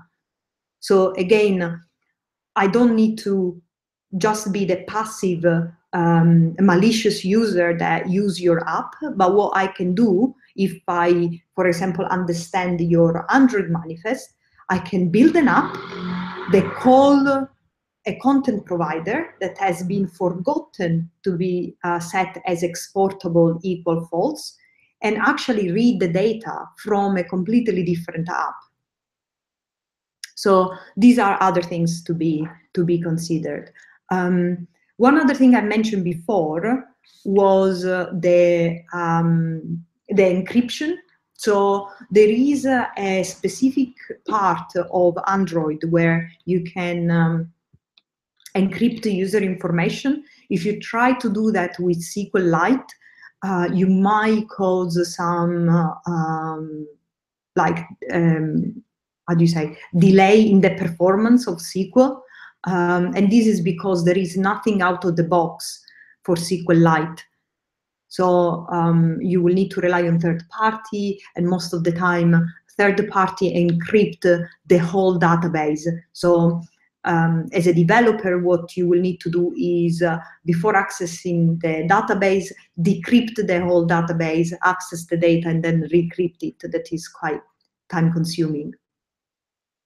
But another thing you can use in Android to store information in an encrypted way and with a much faster performance is the concept of key store. So key store is a very big topic. So I will really recommend, if you are interested in that part about encryption and security, to go and check key store. I think there is a similar concept also on iOS, if you are interested in like the other side of the world as well. So yeah, that's about security and databases. So be careful.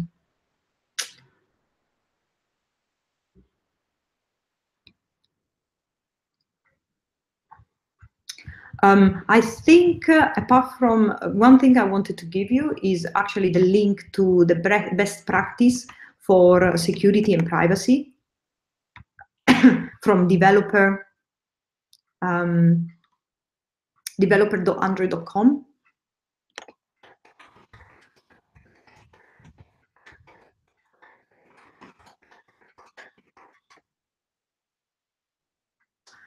And there are lots of information about file storage, network security, and all the other type of risk that the app can be exposed to.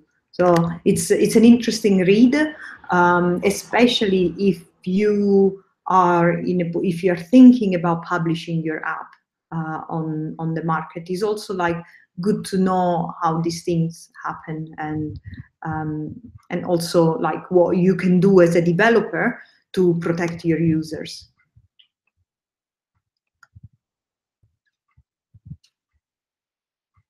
Cool. That took us to 5:20.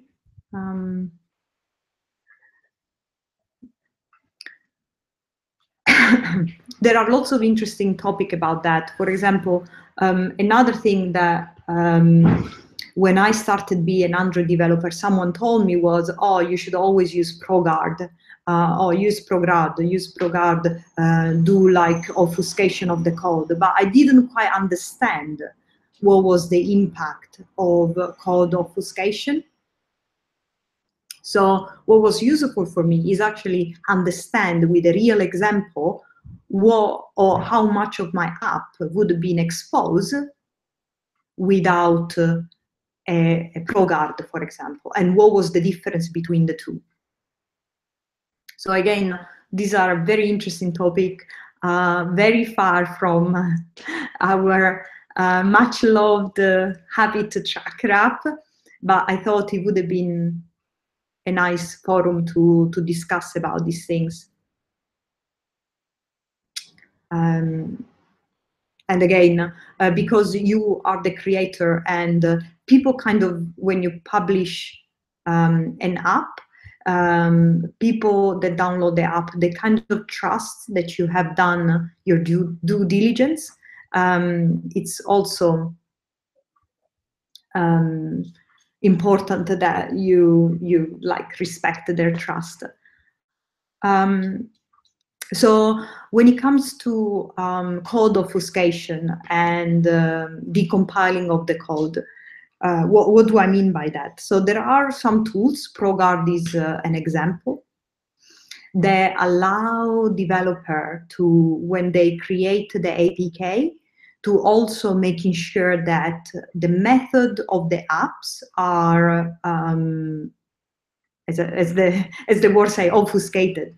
So a method like in our case that is called read habit, once it goes through ProGuard, his method name might be transformed into A or B or C, something like exactly like this, like a letter of the alphabet. And also the return type and the method implementation. And these allow people that have some malicious intent to avoid them to understand what's going on behind the scene in your app. So decompile your application. There are some part of the application that also can be exposed. One is the Android manifest. So one of the recommendations for Google is to avoid saving any like API key inside the manifest, because that's basically a flat XML. Layout, drawables, images, all of these, if an app is taken from the store and decompiled, they can all be exposed. together with, of course, your Java class. But for the Java class, you have the good things of using ProGuard. So so yeah, there are lots of different topics about that.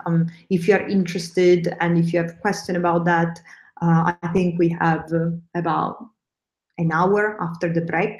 So if you have any question, it's more about being aware of what is possible and what you can do as a developer to prevent that. That might be interesting. Just so you know, an APK is no more than a zip file. So if you have your APK, and if you are a very inexperienced hacker, you can convert the APK by changing the extension to zip, and you can basically open the how do you say, unzip the app, and you already get the manifest, and you might get all other resources. So just like knowing a little bit more than okay, I build my app, what does it mean, what's the impact? That I found it quite useful. But here we go. That's it. Back to the habit tracker. And if there is any other question, if you have any curiosity about things, I'm also more than happy to discuss. I might not have the answer straight away. I might need to dig a little bit around. But if you have any question, I'm here for about another hour and a half, I would say. I hope you are enjoying the session. I thought it would have been interesting, considering that you might are watching videos, or maybe you have me on the background, to have some a little bit more broader information about Android and things I'm passionate about, that is security and privacy, rather than just how to do a SQL statement. But I'm happy to cover that as well if there is any question.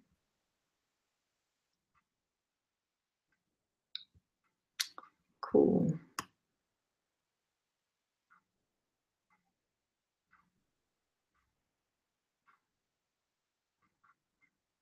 Okay, and if you manage to submit at any point today or tomorrow, thanks to these type of videos, share your comment and your achievement on the Slack channel. That would be very nice. We can thumbs up and put some fancy emoji next to your next to your message if it's needed.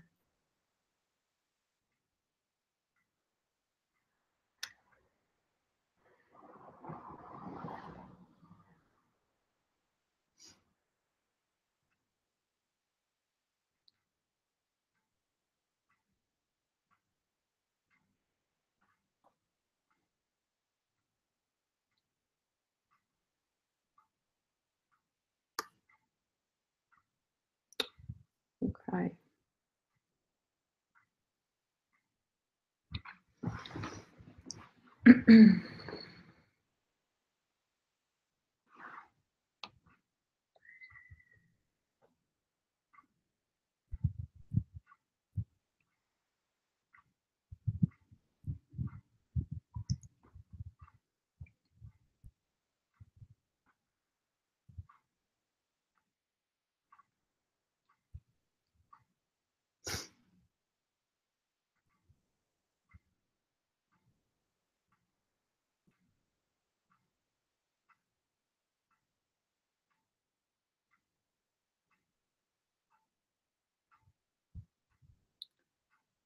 Okay.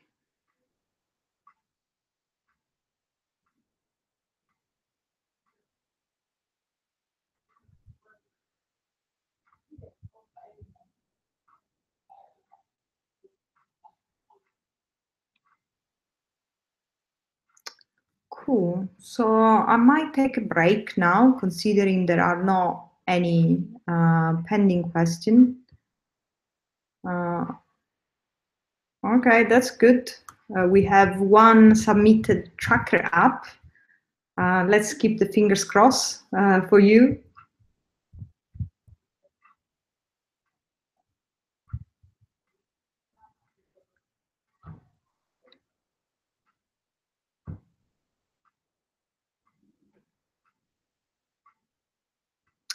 Cool. I might go on a break, considering there are not many questions, and then I will be back at about 6, so that we can do the last hour of question and any other comment or anything that has been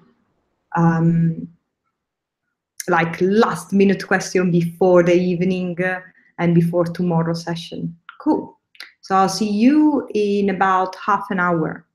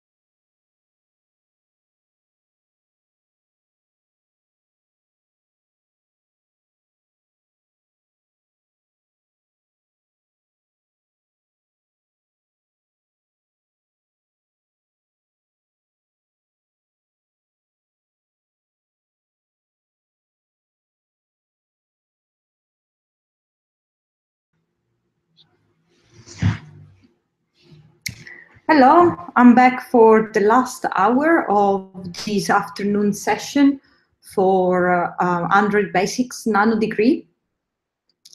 Again, I'm still looking at the Slack channel Habit Tracker app, and if you have any question related to the Habit Tracker, but also in general about Android, comment, experience with Android, then let's have a conversation about it.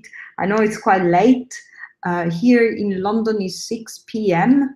Of a Saturday, so I can understand that everyone is a little bit tired, but let's get the day done. Cool. Quick admin information. Tomorrow there will be another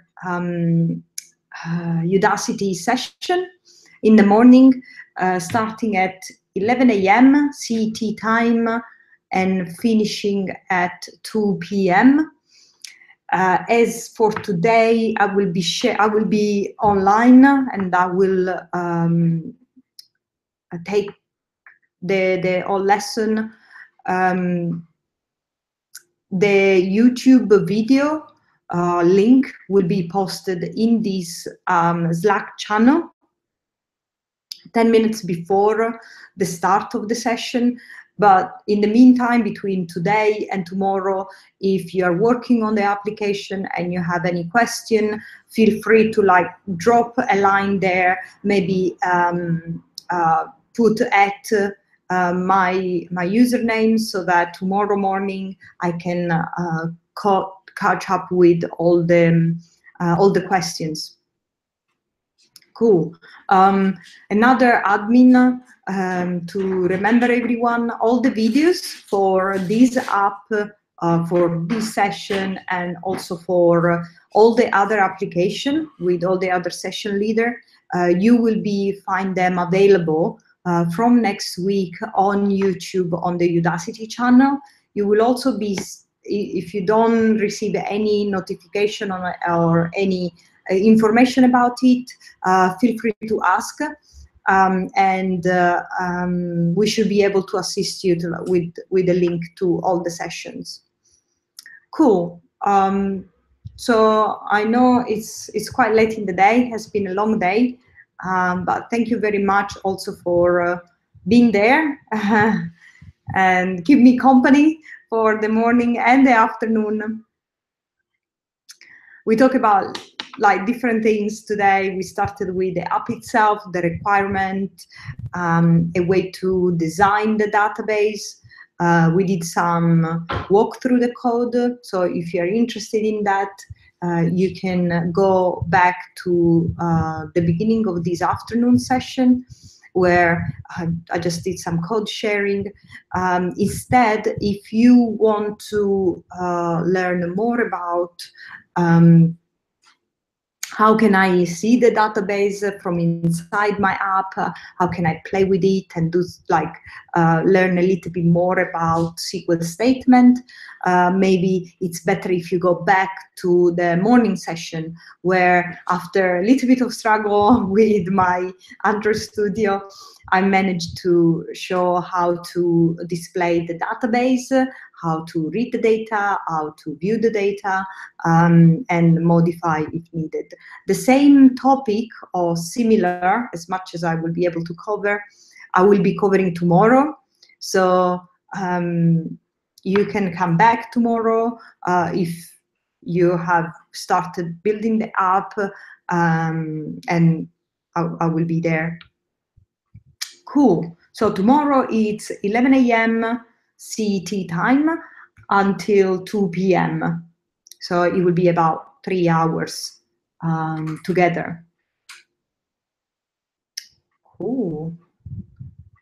So I will check for any questions. And you know where you find me.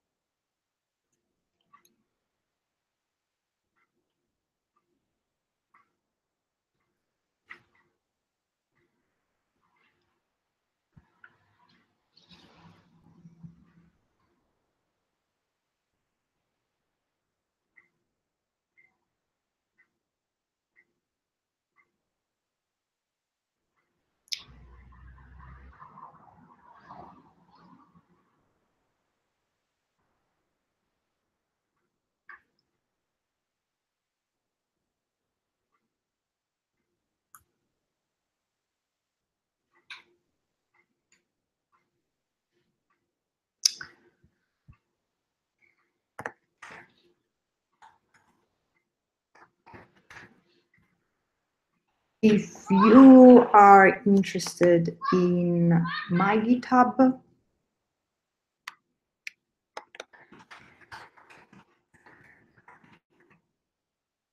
you can also find it there. There are some personal projects, some also old project when I did the Android nano degree with Udacity.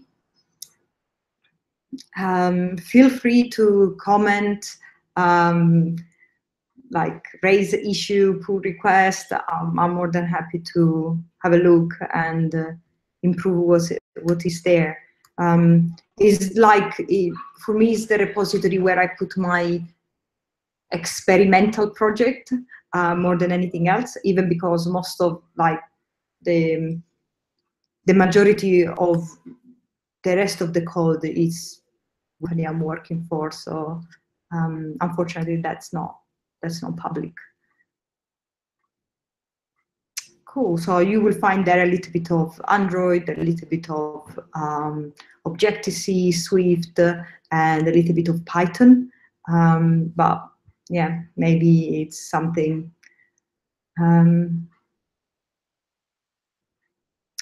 interesting.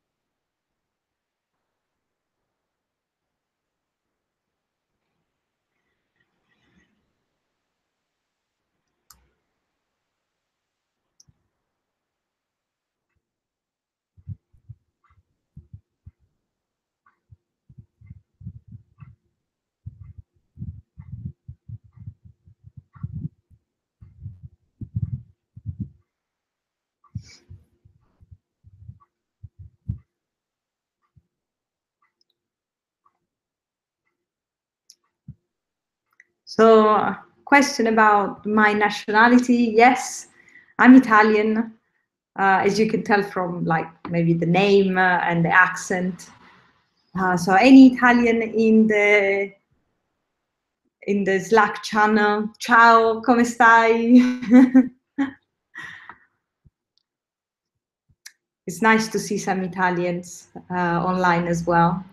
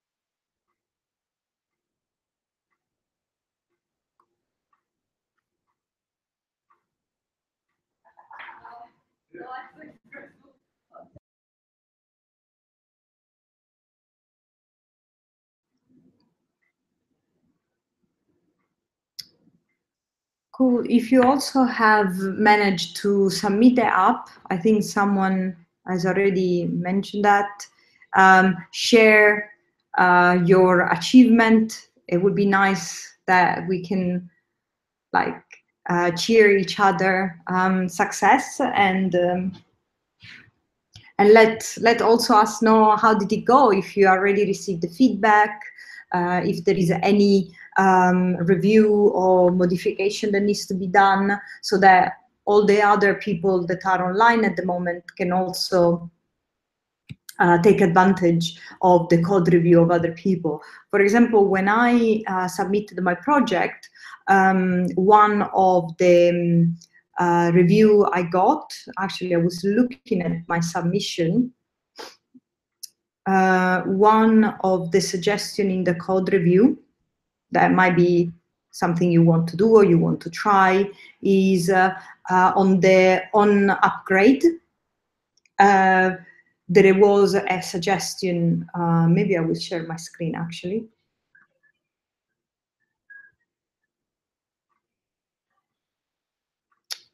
Share. Here we go.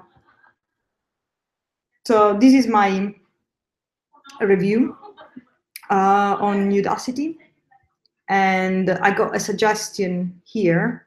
Let me zoom in. Of course, I didn't implement it on upgrade because it's not a strong requirement in the rubric for habit tracker. However, I got a suggestion that say you can consider actually implementing this method. A simple implementation is just to drop the current table if it exists and call on create. So maybe if you want to add to like gain extra awesome comment, maybe something that you want to do. However, it's very unlikely that this is the type of on upgrade that will happen in a real scenario, because most of the time when you change the version of a database and then from, for example, version 1 to version 2 or 2 to 3, what happens is that you most likely are adding a column, removing a column, or you are creating a new table. So the idea of dropping the current table and recreate might be a little bit like not very close to a real scenario. And this is for one reason, because most of the time, if you think about it, imagine you have published your habit tracker and people have started using it. If you decided to upgrade the database and at some point when you upgrade, you implement an actual drop of the current table, it means that when the user upgrade the app, they actually lose all the data. So that's very unlikely that will happen. As I explained before, the Android SDK has a logic to understand if it needs to call the onCreate, that is basically this code up there to create the table, or to perform an upgrade. And it knows that based on the database version. So for example, if the user install the app for the first time, the application most likely will not have any database, almost certainly will not have a database.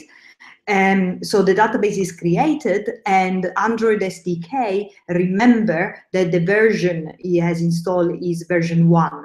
So unless the version has changed in the new upgraded version of the app, the on upgrade will not get called.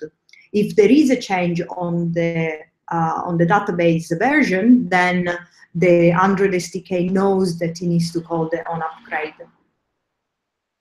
So, but otherwise, these two commands, on create and on upgrade, I'll call it very rarely, I would say. Cool, so that's to share my review. So maybe you can find something here that you want to try out. Maybe this simple implementation to drop the current table, if it exists, and call on create is something that like maybe after you submit, just before maybe you publish on GitHub, you want to experiment with. Cool. And again, I mean, this is like, I don't know the answer to all the questions. So if you also have any information and other then like feel free to share with the rest of the team. Cool. So there is an already example of how to do the on upgrade.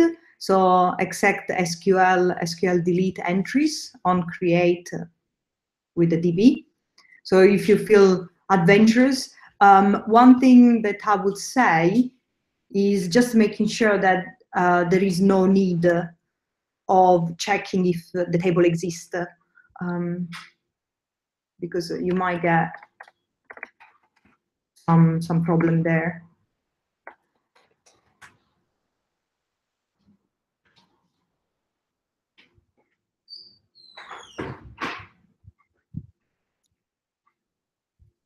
Yeah, but I think if your SQL statement is clever enough to drop the table if exist, then I think you should be covered. But just making sure that SQL delete entries is actually checking if the table exists.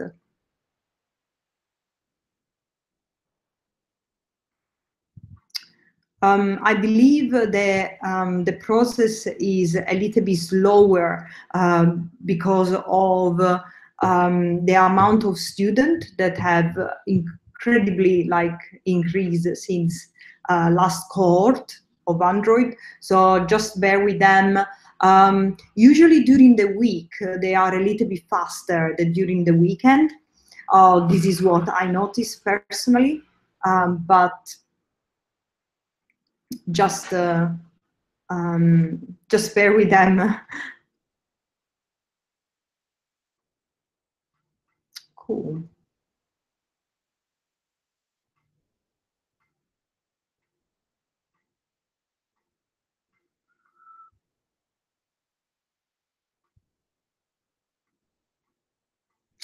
So any question about the habit tracker app? I'm here for the next, let's say, half an hour, but I will also be online tomorrow from 11 a.m. to 2 p.m. So if, for example, you just finish watching the video today and you are planning to start the app tomorrow, then feel free to join me again tomorrow and ask any question about the habit tracker. If it's useful as well, let me know if you want to do another code walkthrough. I did that today, earlier this afternoon, but if it's useful, maybe just let me know on the Slack channel, Habit Tracker app, so that I can plan the day tomorrow. Because tomorrow we will not have like today, 4 hours in the morning and 4 hours in the afternoon. We will only have 3 hours, and it will only be in the morning. So if you're planning to do the Habit Tracker app tomorrow, just let me know what exactly you would like to cover. If there is anything you are concerned about that was unclear in the lesson as well. I mean, it doesn't have necessarily be the habit tracker app. It can also be something that during the lecture was a little bit more unclear. Cool, we have the first app that pass. That's good. I'm looking for the party parrot. Oh, there is none. Oh, that's not a good Slack.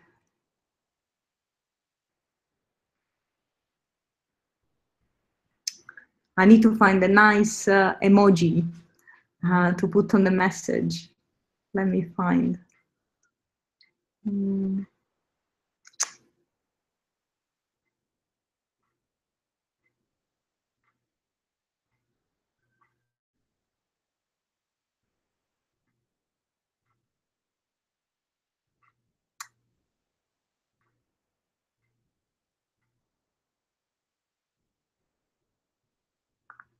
Oh, the emoji are really like limited here.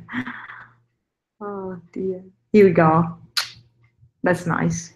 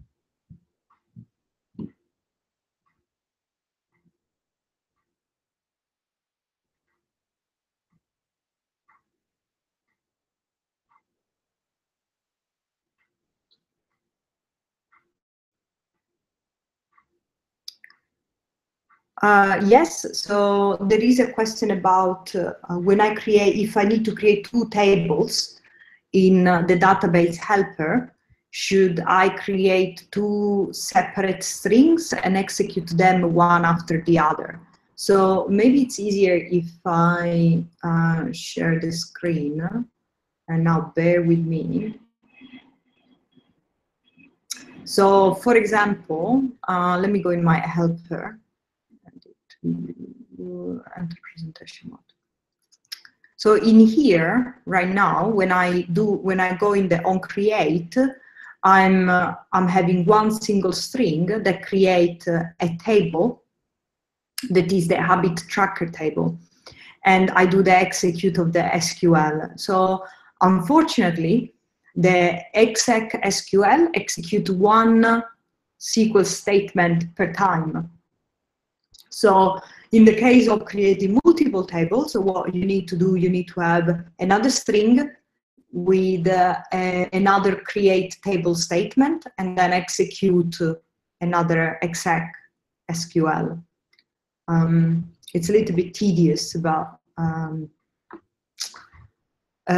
usually when you will get into a more like production type of application, you might not even need to write the SQL statement. What you will do, you will use some third-party libraries. So one example is Realm for Android. I might share that. Realm is a very object-oriented way to handling a database in Android without all the boilerplate of putting SQL statement. So maybe it's something that it might be of an interest if you're planning, for example, to build that as a part of like a proper production app, let's say.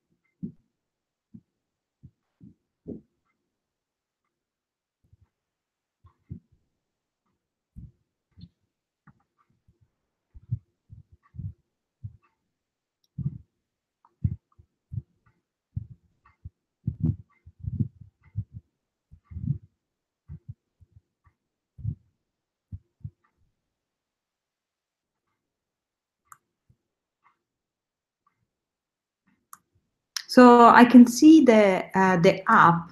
I think someone posted, Pascal posted the zip of the habit tracker, but the database, it's interesting. It has like patient name and patient gender. I'm not entirely sure I'm looking at the correct database for this app, but maybe I'm reading wrong. How does the space in the column name works for you? Because I remember we talked in the morning of the fact that maybe it creates some problem when you do SQL statement. So make sure that you have your column name with a snake case. So the space replaced by the underscore. So that will do. But the structure is correct. It's just that the database might not be appropriate for the application.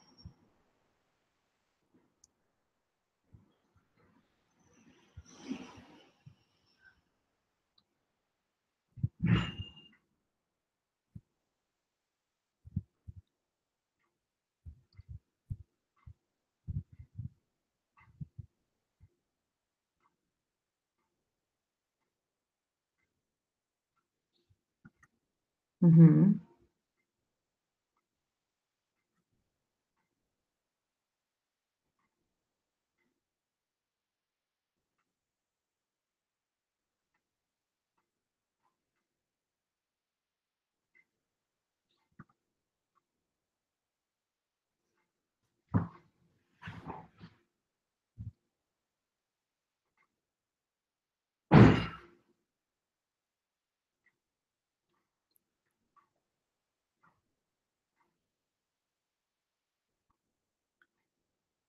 Yeah. So the structure is there for the habit tracker zip that has been shared. I'm just, I'm not so sure it's the right database structure for the purpose of the project. But the syntax is correct. So as far as you change maybe the table name and colon with something more in line with the habit tracker idea, then you should be fine.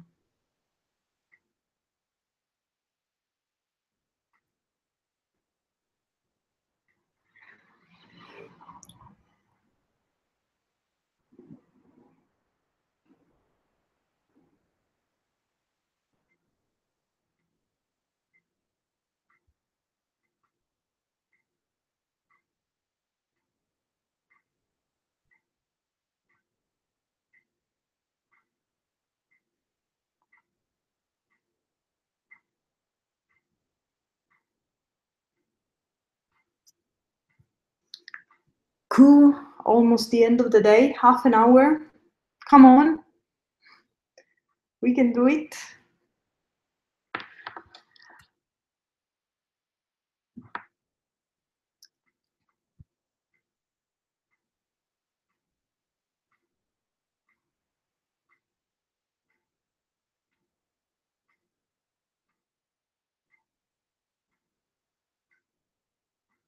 Maybe in the rest of Europe is very late actually. It's 7:30. So if you guys went dinner, just let me know. So I will not talk to myself as well.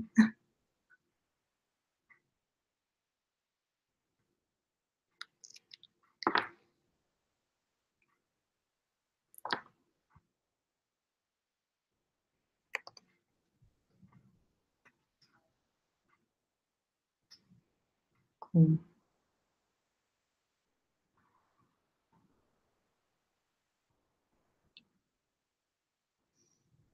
If you want to also to share, like I did just earlier, your code review, then it's also an opportunity for other people to take inspiration. I mean, for example, mine was okay, but then there was that suggestion about, oh, maybe you can put something in the on upgrade that is dropping the database and then call if exists and then call it on create.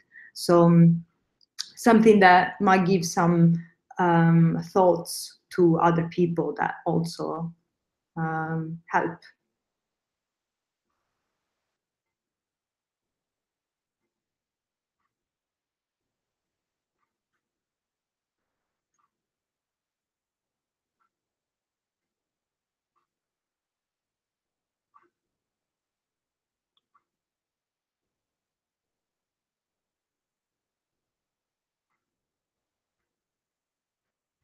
Okay, so I'm looking at a code that has been sent through Drive.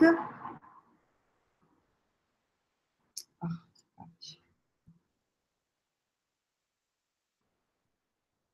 so this is a diet tracker.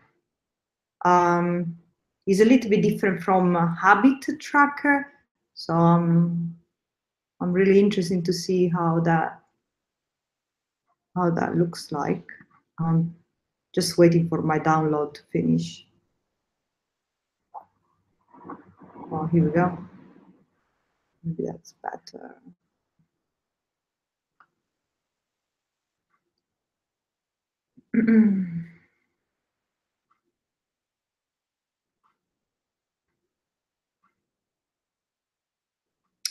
Is it? Is there any things specific that Sergio, you would like to check in the app? Is there anything you are concerned about, or something that you're not sure about? I don't know. Maybe better than me looking at the whole code base.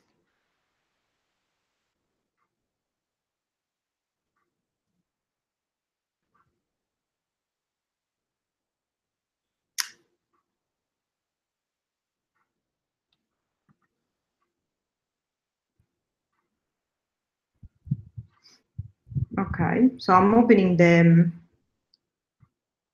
Oh no, it's not this one. Ugh.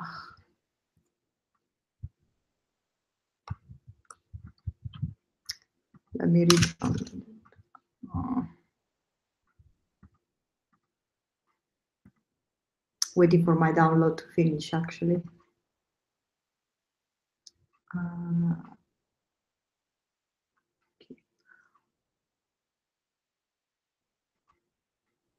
Okay, cool.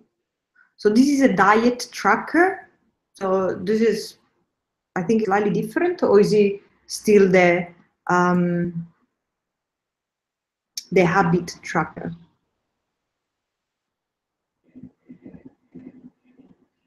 Let's see the contract.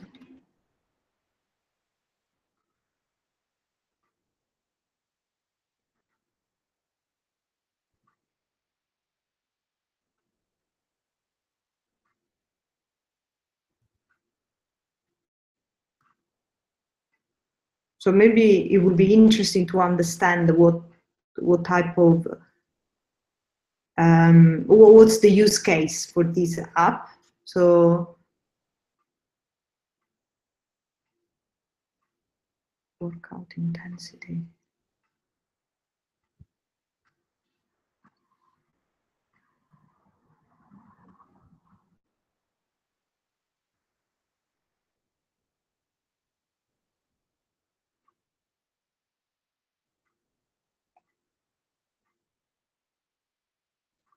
I can see like a quite big table. So hopefully it's okay. Let me see the possible problem with workout intensity. So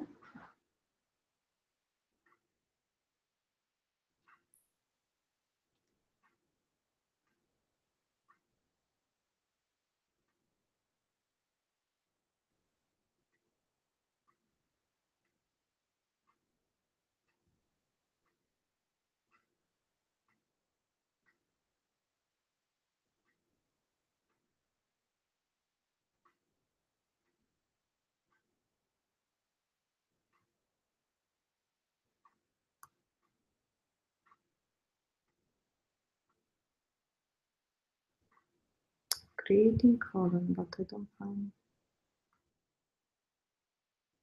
Okay, I might need to import the whole project to understand it.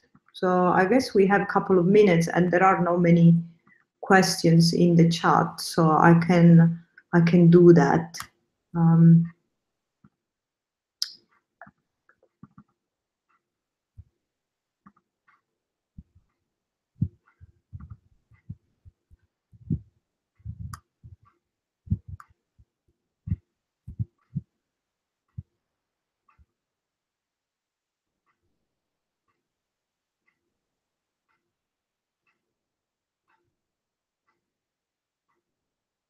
Okay, so the insert method was a problem.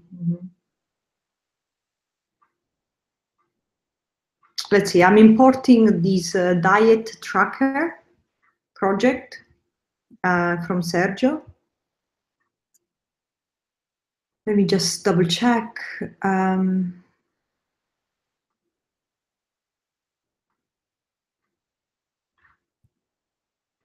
right.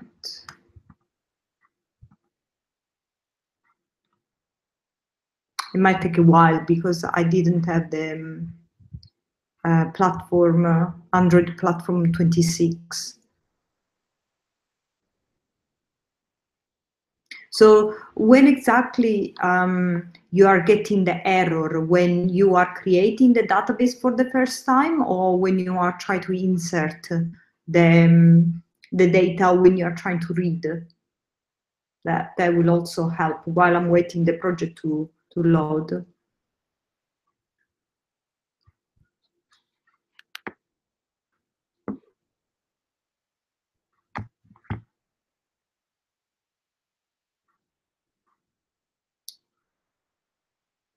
So the insert, there is another question about the insert method. The insert method should be inside your DB helper. You can create a method that say insert habit in DB, and then inside that you create a new instance of a writable database, and then you can put your SQL statement to do the insert and call insert method. But let's see. So I'm opening the project.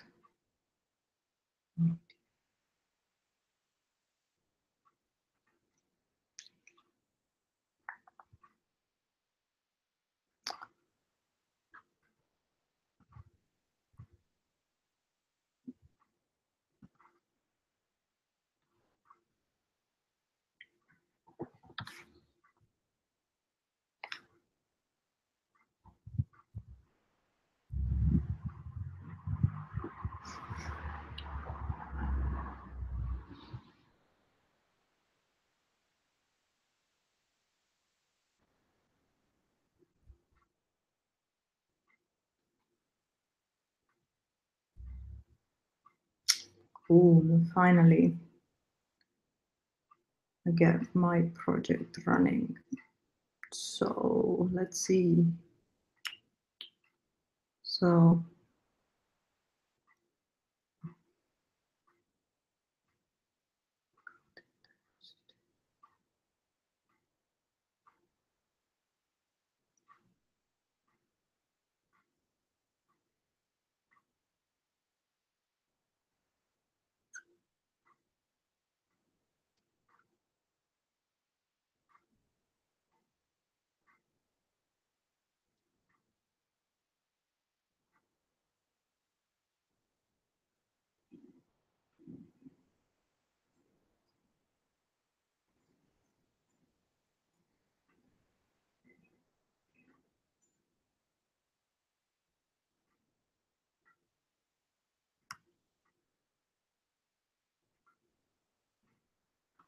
okay, while I'm waiting my diet tracker to compile, what I can do, I can also open and show a snippet of code for my project.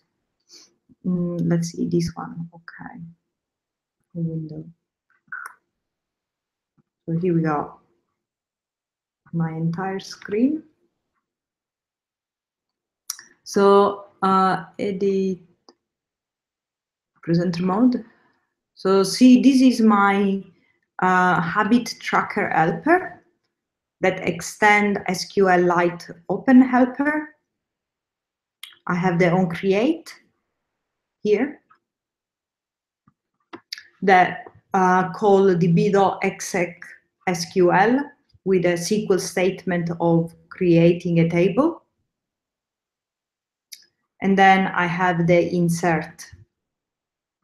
The insert will have all the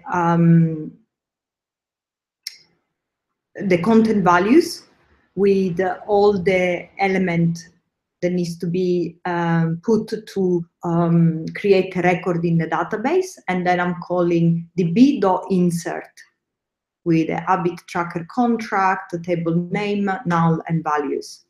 And this DB is instantiated here as a writable database. So I hope this makes sense. I can also put the snippet of code into the Slack channel.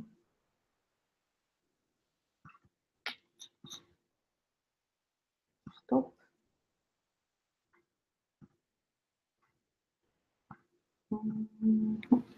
Here we go. So this is my snippet of code.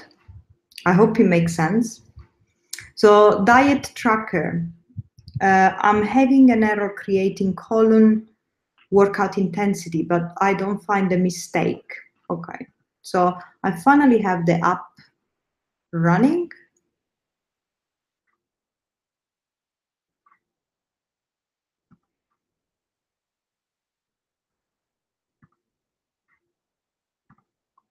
And I can try to build the app. Let's see.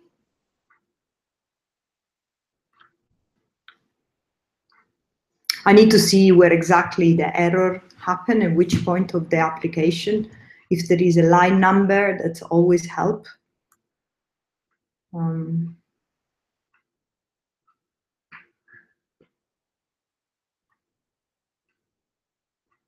It's a quite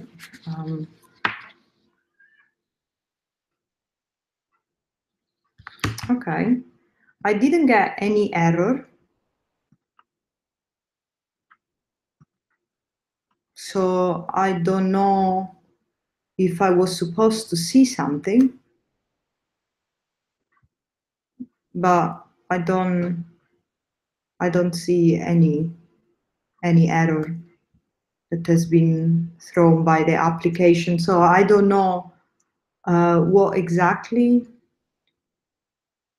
what type of error were you looking for? I have the application running and everything looks fine. So Sergio, if there is anything that still happen, maybe if you can copy and paste the error stack, that will help me understand, because I can run the diet tracker without any problem.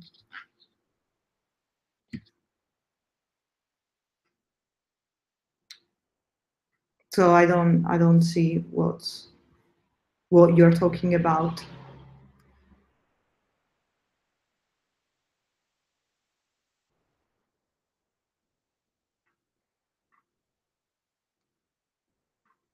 Cool. Okay, and then I hope the snippet of code was useful as well.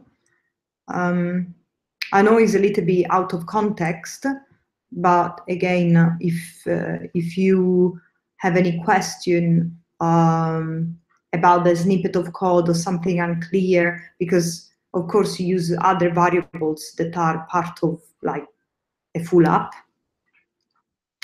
So let me know if it makes sense.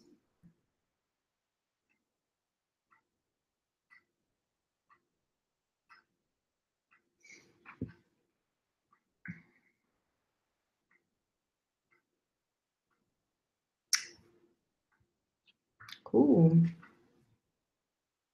So just give me some feedback about the last question, because there were lots of like jumping around. So I hope that the snippet and the error, unfortunately, I was unable to reproduce once I imported the app in my Android Studio. So I'm not entirely sure what I should be looking at and which error. Maybe if you still have an error, just post the stack trace into the Slack channel so that I can like understand in which point the app is failing. But I installed the app for the first time and it looks fine. It works.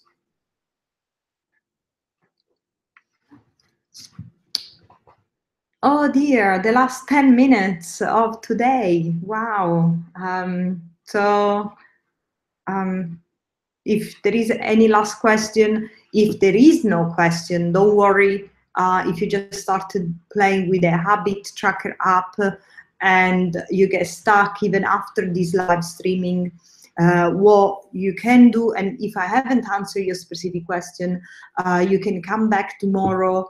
I will be online at the same similar time, 11 a.m. CET time until 2 p.m. It will be a short session, only 3 hours, but I will post the link, the new link for the live streaming of tomorrow, 10 minutes before we start. so you can have all the time to jump in. But that doesn't mean that you cannot keep asking questions. I might not check them tonight, but tomorrow morning I will go in order since we left today. So don't worry about it. And I'm sure that there are other people in the chat. There are almost 1,000 people in this chat that can answer any of your questions. So don't feel like you're stuck, because I'm sure someone somewhere have found the same problem and might they have solved it.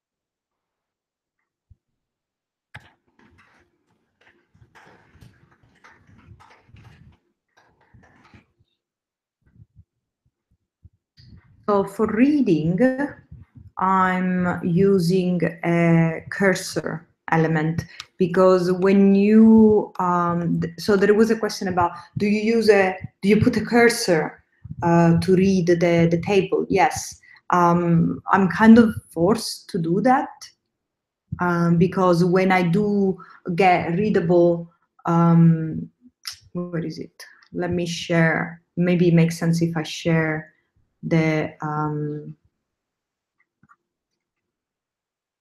screen. Here we go. This one, no. This one, yes. So if I do view, enter presentation mode. So you see in here, read habits. So the first thing I do is instantiate a new readable database. But then when I have to do a query on that database, this method, .query, return a cursor. So I kind of have to use a cursor.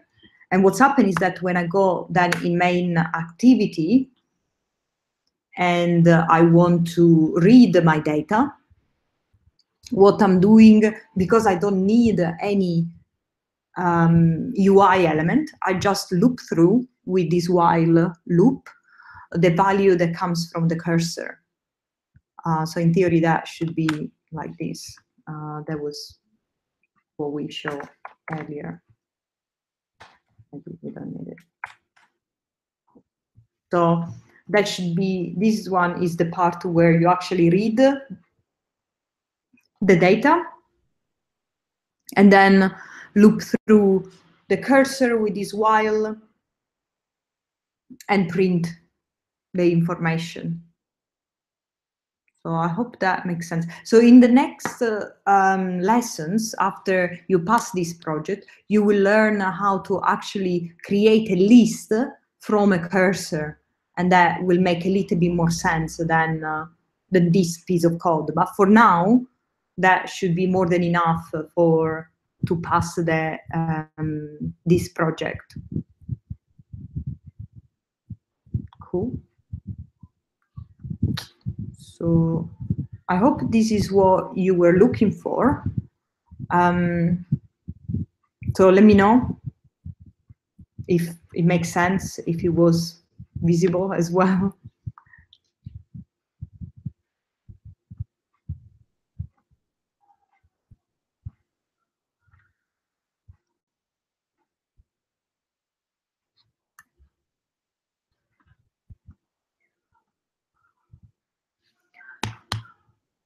Cool. I think we have only 2 minutes left. Please do not stop posting questions. I'm not going to disappear. I will be back tomorrow at 11 a.m. CET time, Central European time, up till 2 p.m. So for about 3 hours.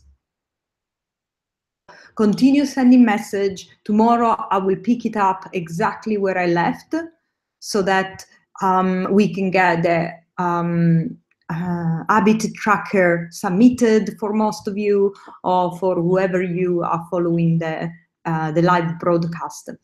For tomorrow, the link will be different to the link you are seeing on the topic of the Slack channel. So don't save it in your browser because it's gonna change tomorrow anyway. If you are worried about replaying, you can also be relaxed because Udacity is gonna post all these videos from this app and also all the rest of the apps that you might didn't have the chance to look at in their YouTube channel. So you will still be able to replay them at the later point next week or the following weeks. Now that there is only 1 minute left, I would also like to thank you very much for kept me company for this morning and this afternoon. It's very nice working with you guys, and I hope you enjoy the evening. See you tomorrow.